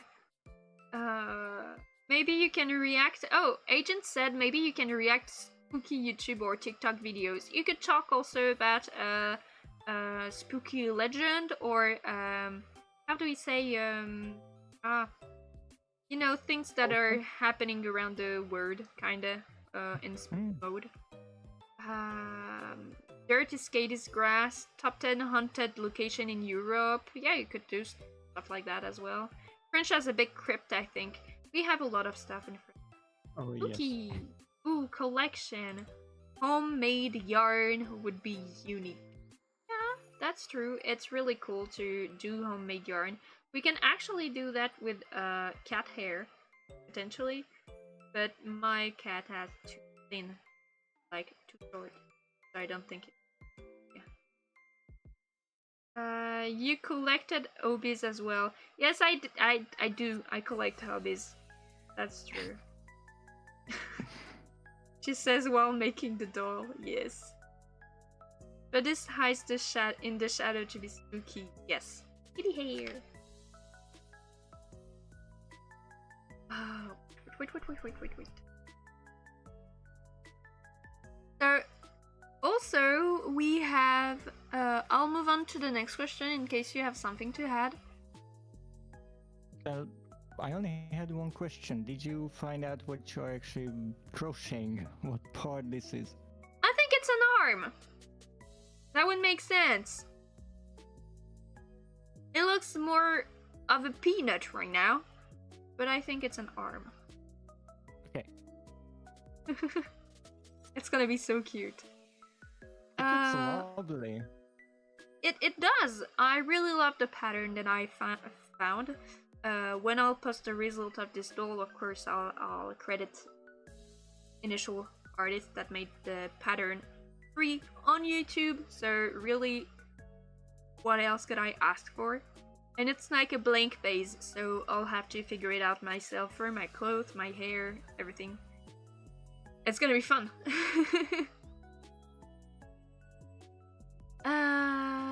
So moving on to the next question, I'm just gonna ask you, do you have a favorite detail or hidden secret on your model? Well,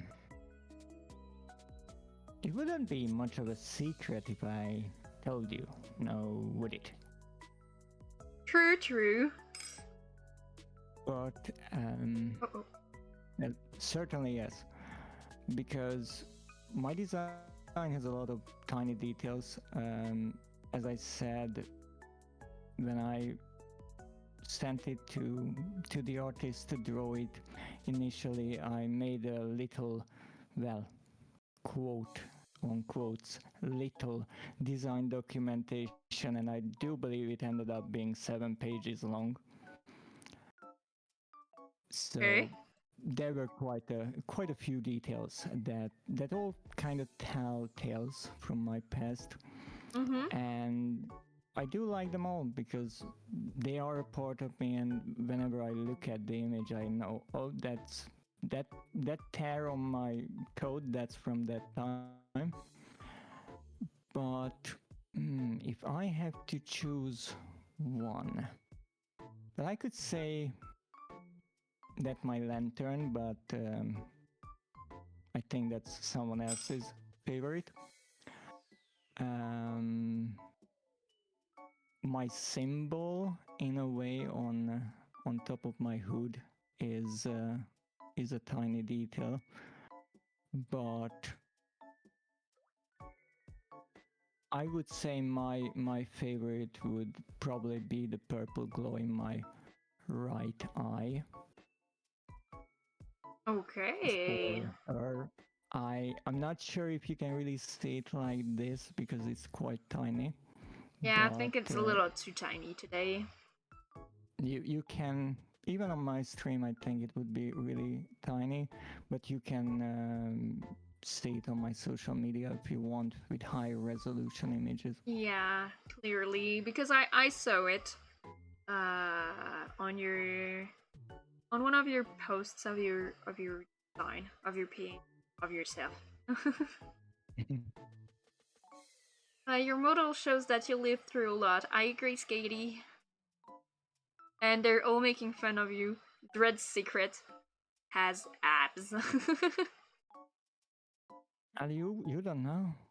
It's under the shirt. Yeah, it is. We'll never know. And so just before finishing our stream, can we get some questions from our followers in the chat? I'm just gonna wait for you to say yes or no, and if you say yes, I will put on the how do we say, the redeem for that. Absolutely. Okay. I would love to. Then please try and use the redeem first. We won't do a lot of questions today because we already did a practically 2.5 hours long stream. So yeah. So let's go, people. It's supposed to be activated. If it's not, please let me know, and I'll try to figure it out. It says it's out of stock. Oh, I'm sure it will work. it works for Nakio at least. Will Dread cut his hair one day? Got my hair? Possibly, but not the long strand that I have on the right. Okay. I'm gonna try to put on and off the poll again, the question poll. And if it doesn't work, then we'll just do without it. I put it off and on. Please let me know if there's still any problem, and if there is, don't use it and ask your questions. Working for Skady. What do you miss most about being a human?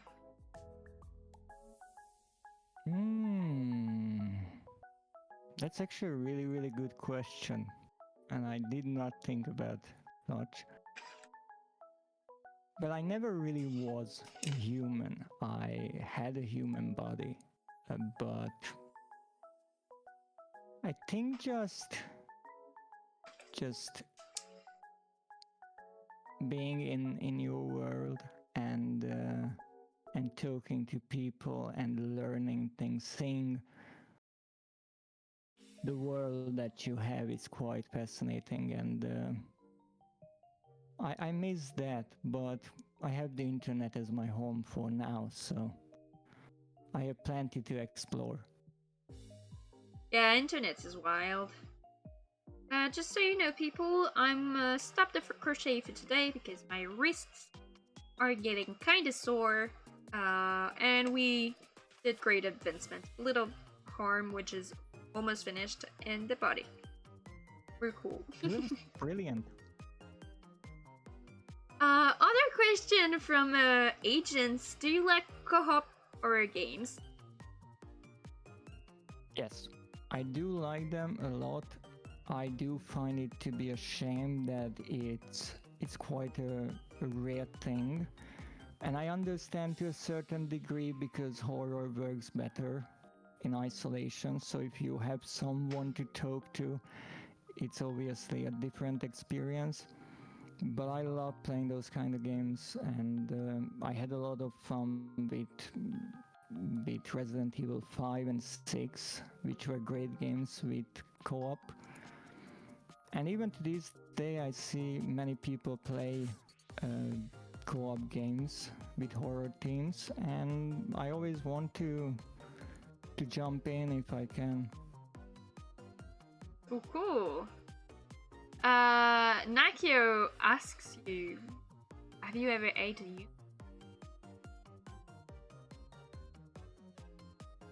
I should probably Ever not eaten, answer sorry. Yeah, you shouldn't. I don't remember. You don't. I don't. As I said, one of the side effects of the nightmare was my memory got really tattered, and so there are many things I don't remember, and that's why as I look through my own journals, I figure out many things about me. Hey. Interestingly, actually, one of the few things that I remembered was my name and who I was. So that's where my name came from in a way. Okay. Agent asked a pretty disturbing question. And pay attention to your answer because that could terminate our collaboration. Would you eat Physalia's moth blood?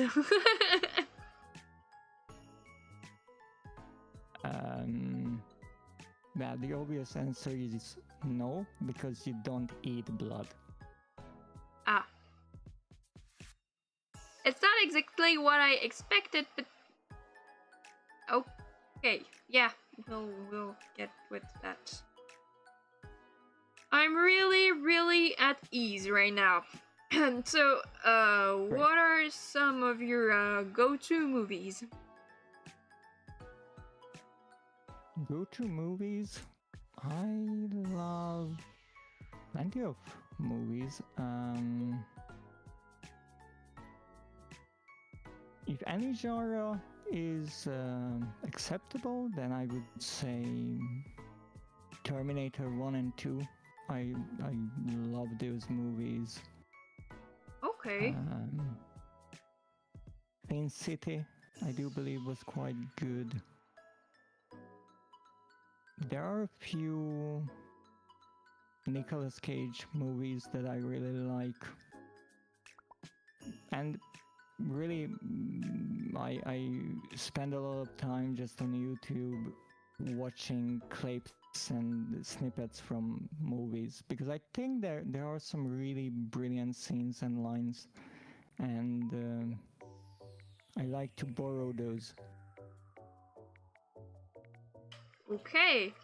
Have you ever visited an abandoned building before? I think even my home is an abandoned building. Okay, So, yeah, in that a way, way, yeah. that way. Nakio says, if I'm Clyde, will you be my bunny? This guy is... Maybe I have to commission someone to make a doll of him. A tiny crochet doll. I would say no. Okay. For the time being. For the time being, okay. There's still hope, Nakio. There's still hope. So Terminator 2 is the best for Skady, and it was a perfect answer that satisfied Agent. And Agent also is asking you, who is your arch nemesis?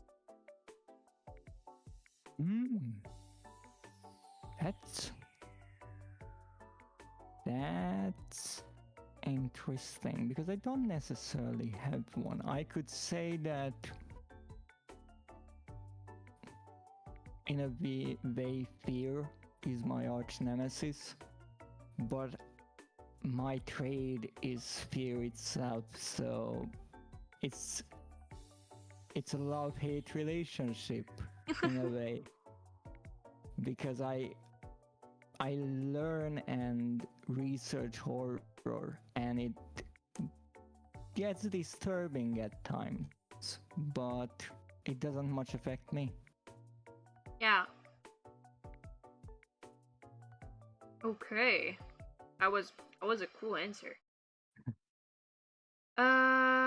So Nakio was gonna say sad until they heard the end.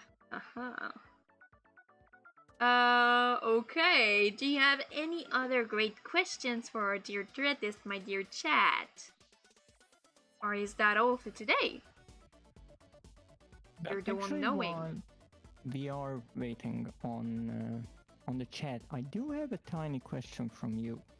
Okay. Because you see, I was watching the previous episode of Tea Party, and I noticed something. You asked Skady to explain the origins of her name.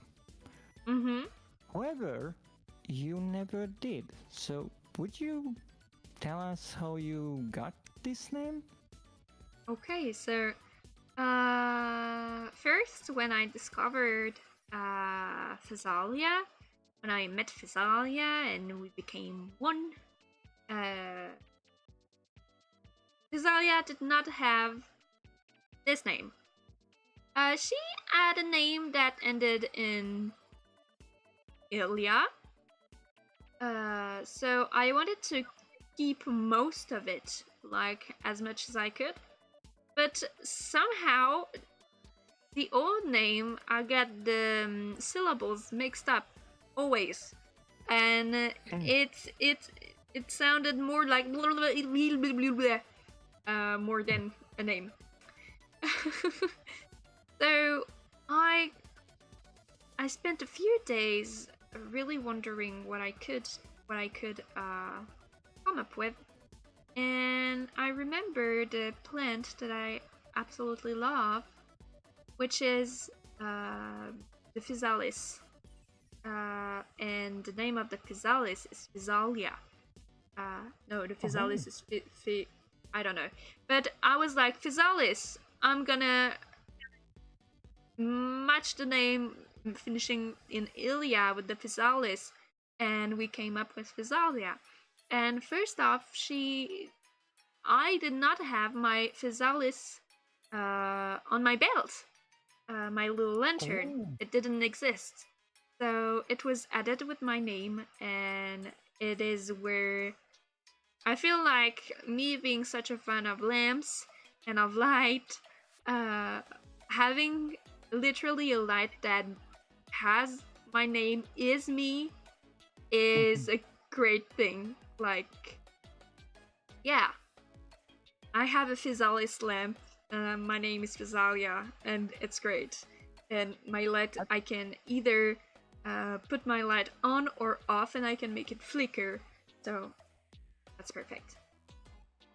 That is a really interesting tale. Thank you for telling me. You're welcome. Thank you for asking. And while I was blabbering nonsense, Agent asked us, when is the next collab? Well, if it's about the tea party, then you have to ask Physalia. For the tea party, it's in a month, but I think Agent was maybe implying what is the next collab between us. Well,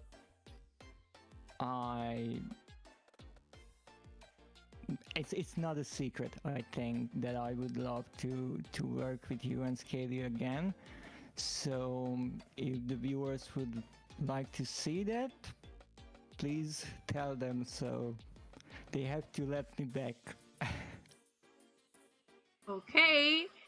I think you'll definitely come by on my channel at least, and I would be absolutely glad to come back on yours. So we'll definitely work together again. Also, I think we had another question. Favorite cocktail was asked by Nakio. Well, actually, a fun fact about me, I don't drink alcohol. So I don't really have a favorite cocktail. But I really like these ones on the table actually. Especially the little bluish green one on the right with the bones sticking out like a little spoon. I like that. Okay. For me, I'll say Virgin Mojito, because I really like the mint and citrus, but without alcohol, because I'm not a huge fan of that. And also in this cocktail, there's actually sugar, and you guessed, I do love sugar. And because there's mint in it, it's kind of tea. Anyway. Agent asked about the Nox part of my name. Actually, Nox is a little bit more boring. It's because I was looking for a name, like my original name was a type of moth, and then a really complicated word to say, night. And so instead of going with the really complicated word, I thought that I wanted people to be able to actually talk to me. And so I reduced my very complicated name to Nox. And so that's the bit more pseudonym part, avatar part of my name, versus really my name, Physalia. And then there's the Nox part, which is just the night, because that's when I'm up. But I'm also up during the day. Always up. I love the night. It's just I love the night. Works great together. Yeah, I really like my name. I think it's really cool. Yeah, Physalia Nox works well. Many A's and an O. It makes the Nox stand out. I just like it. He would love to collab again too. So Skady would love to collab with you too. So we can definitely make a collab all together again.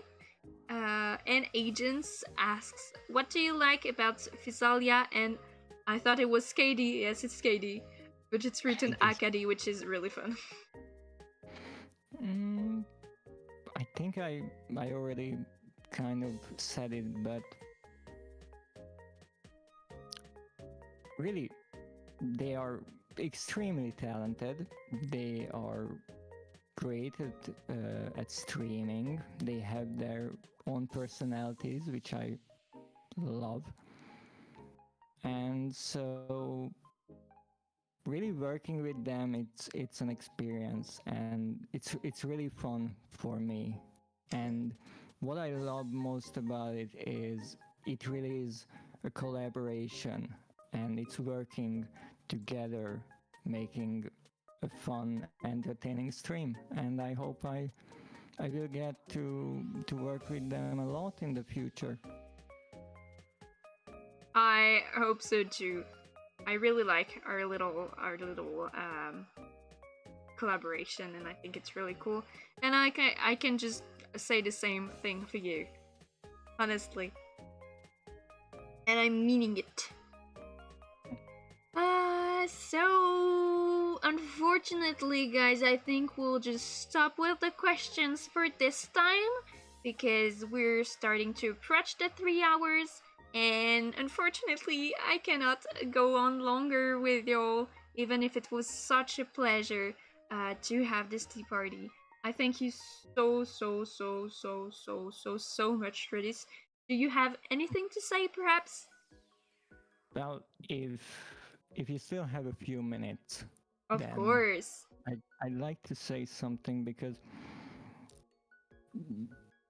before I say farewell to you and your wonderful viewers, I'd like to tell a short tale.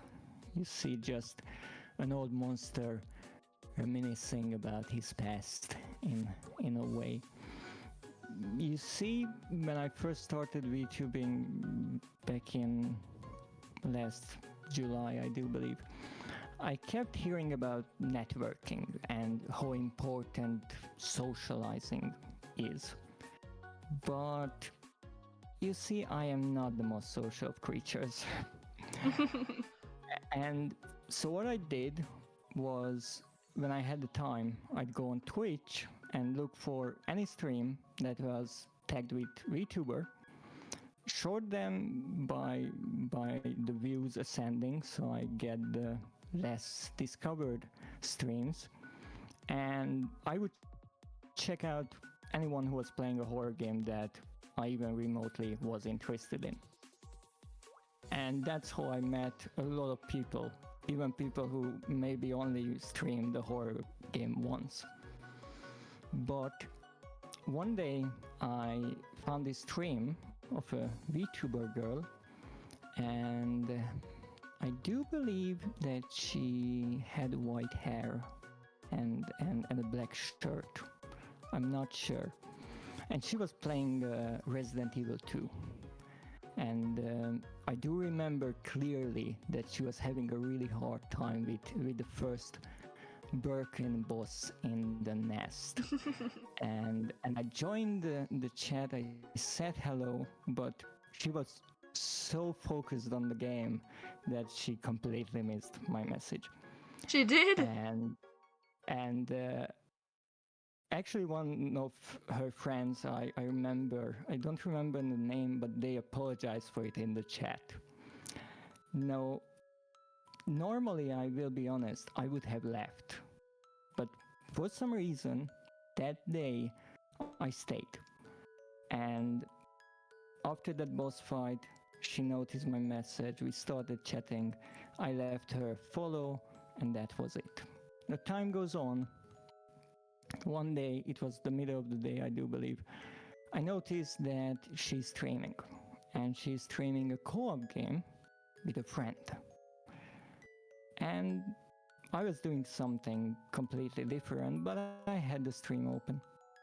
And all of a sudden, I hear screaming, music to my ears, and apparently something really interesting happened in the friend's game. So I switched over to that stream, joined the chat, gave her a follow, and had a lovely time. And soon after, these two, they had their debuts.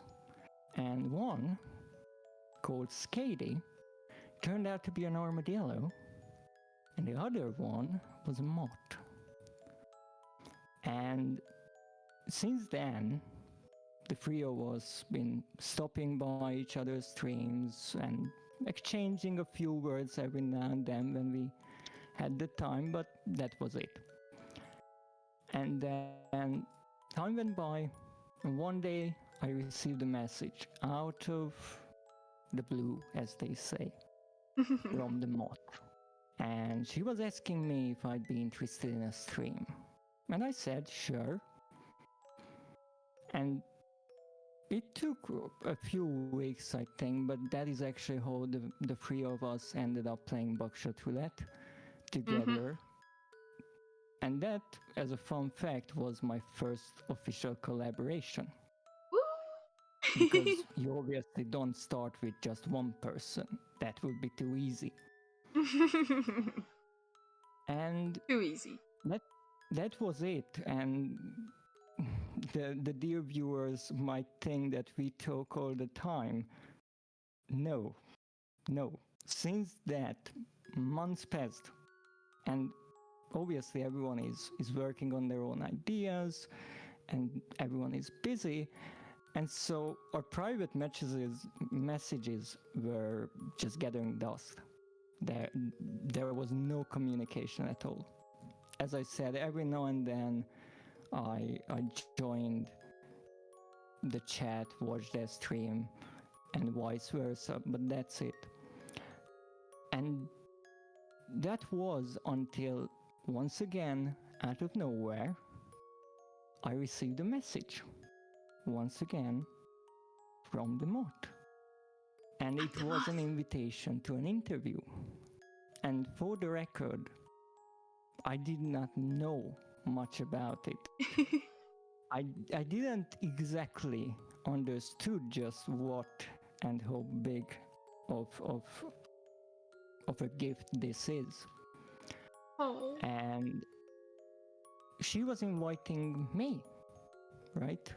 The monster.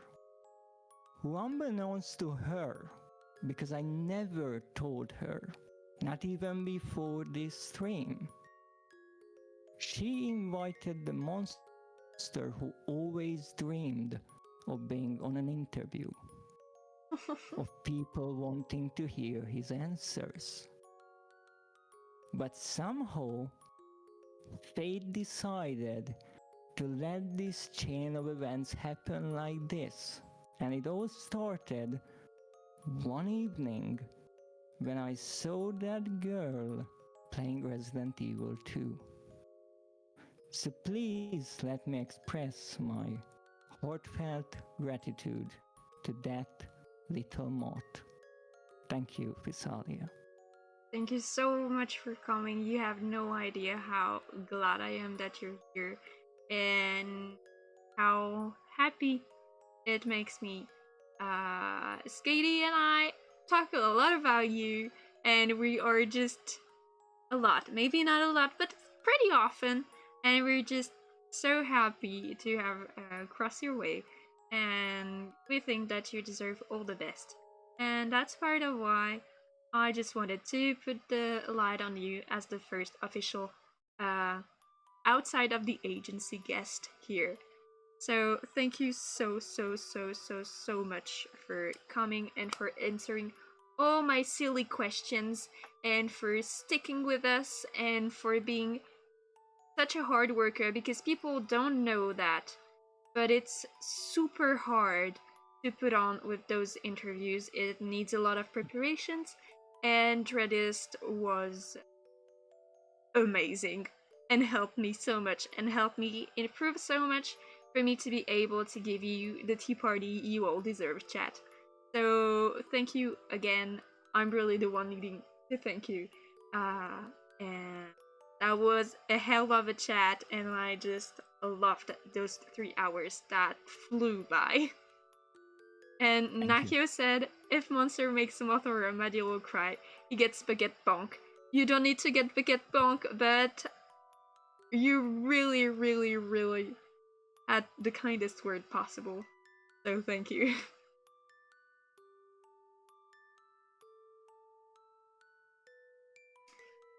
So Skady is your amazing dreadist, and she's right. This tea party was so fun. Amazing job, you two. Thank you all so much for sticking with us. Do you have any last words? Say goodbye to our beautiful audience. Do you have anything else to say? You can go I, on. I can only say what I already said. Thank you. Thanks to the wonderful viewers and whoever might the next guest be here. I just want them to know that they will have a wonderful time and they will get to work with the best interview host there is. Thank you. Then, people, thank you so much for coming to the tea party. And don't forget to wash your dirty dishes. We don't want those lying around after stream. Thank you again so much. And bye. Bye, chat.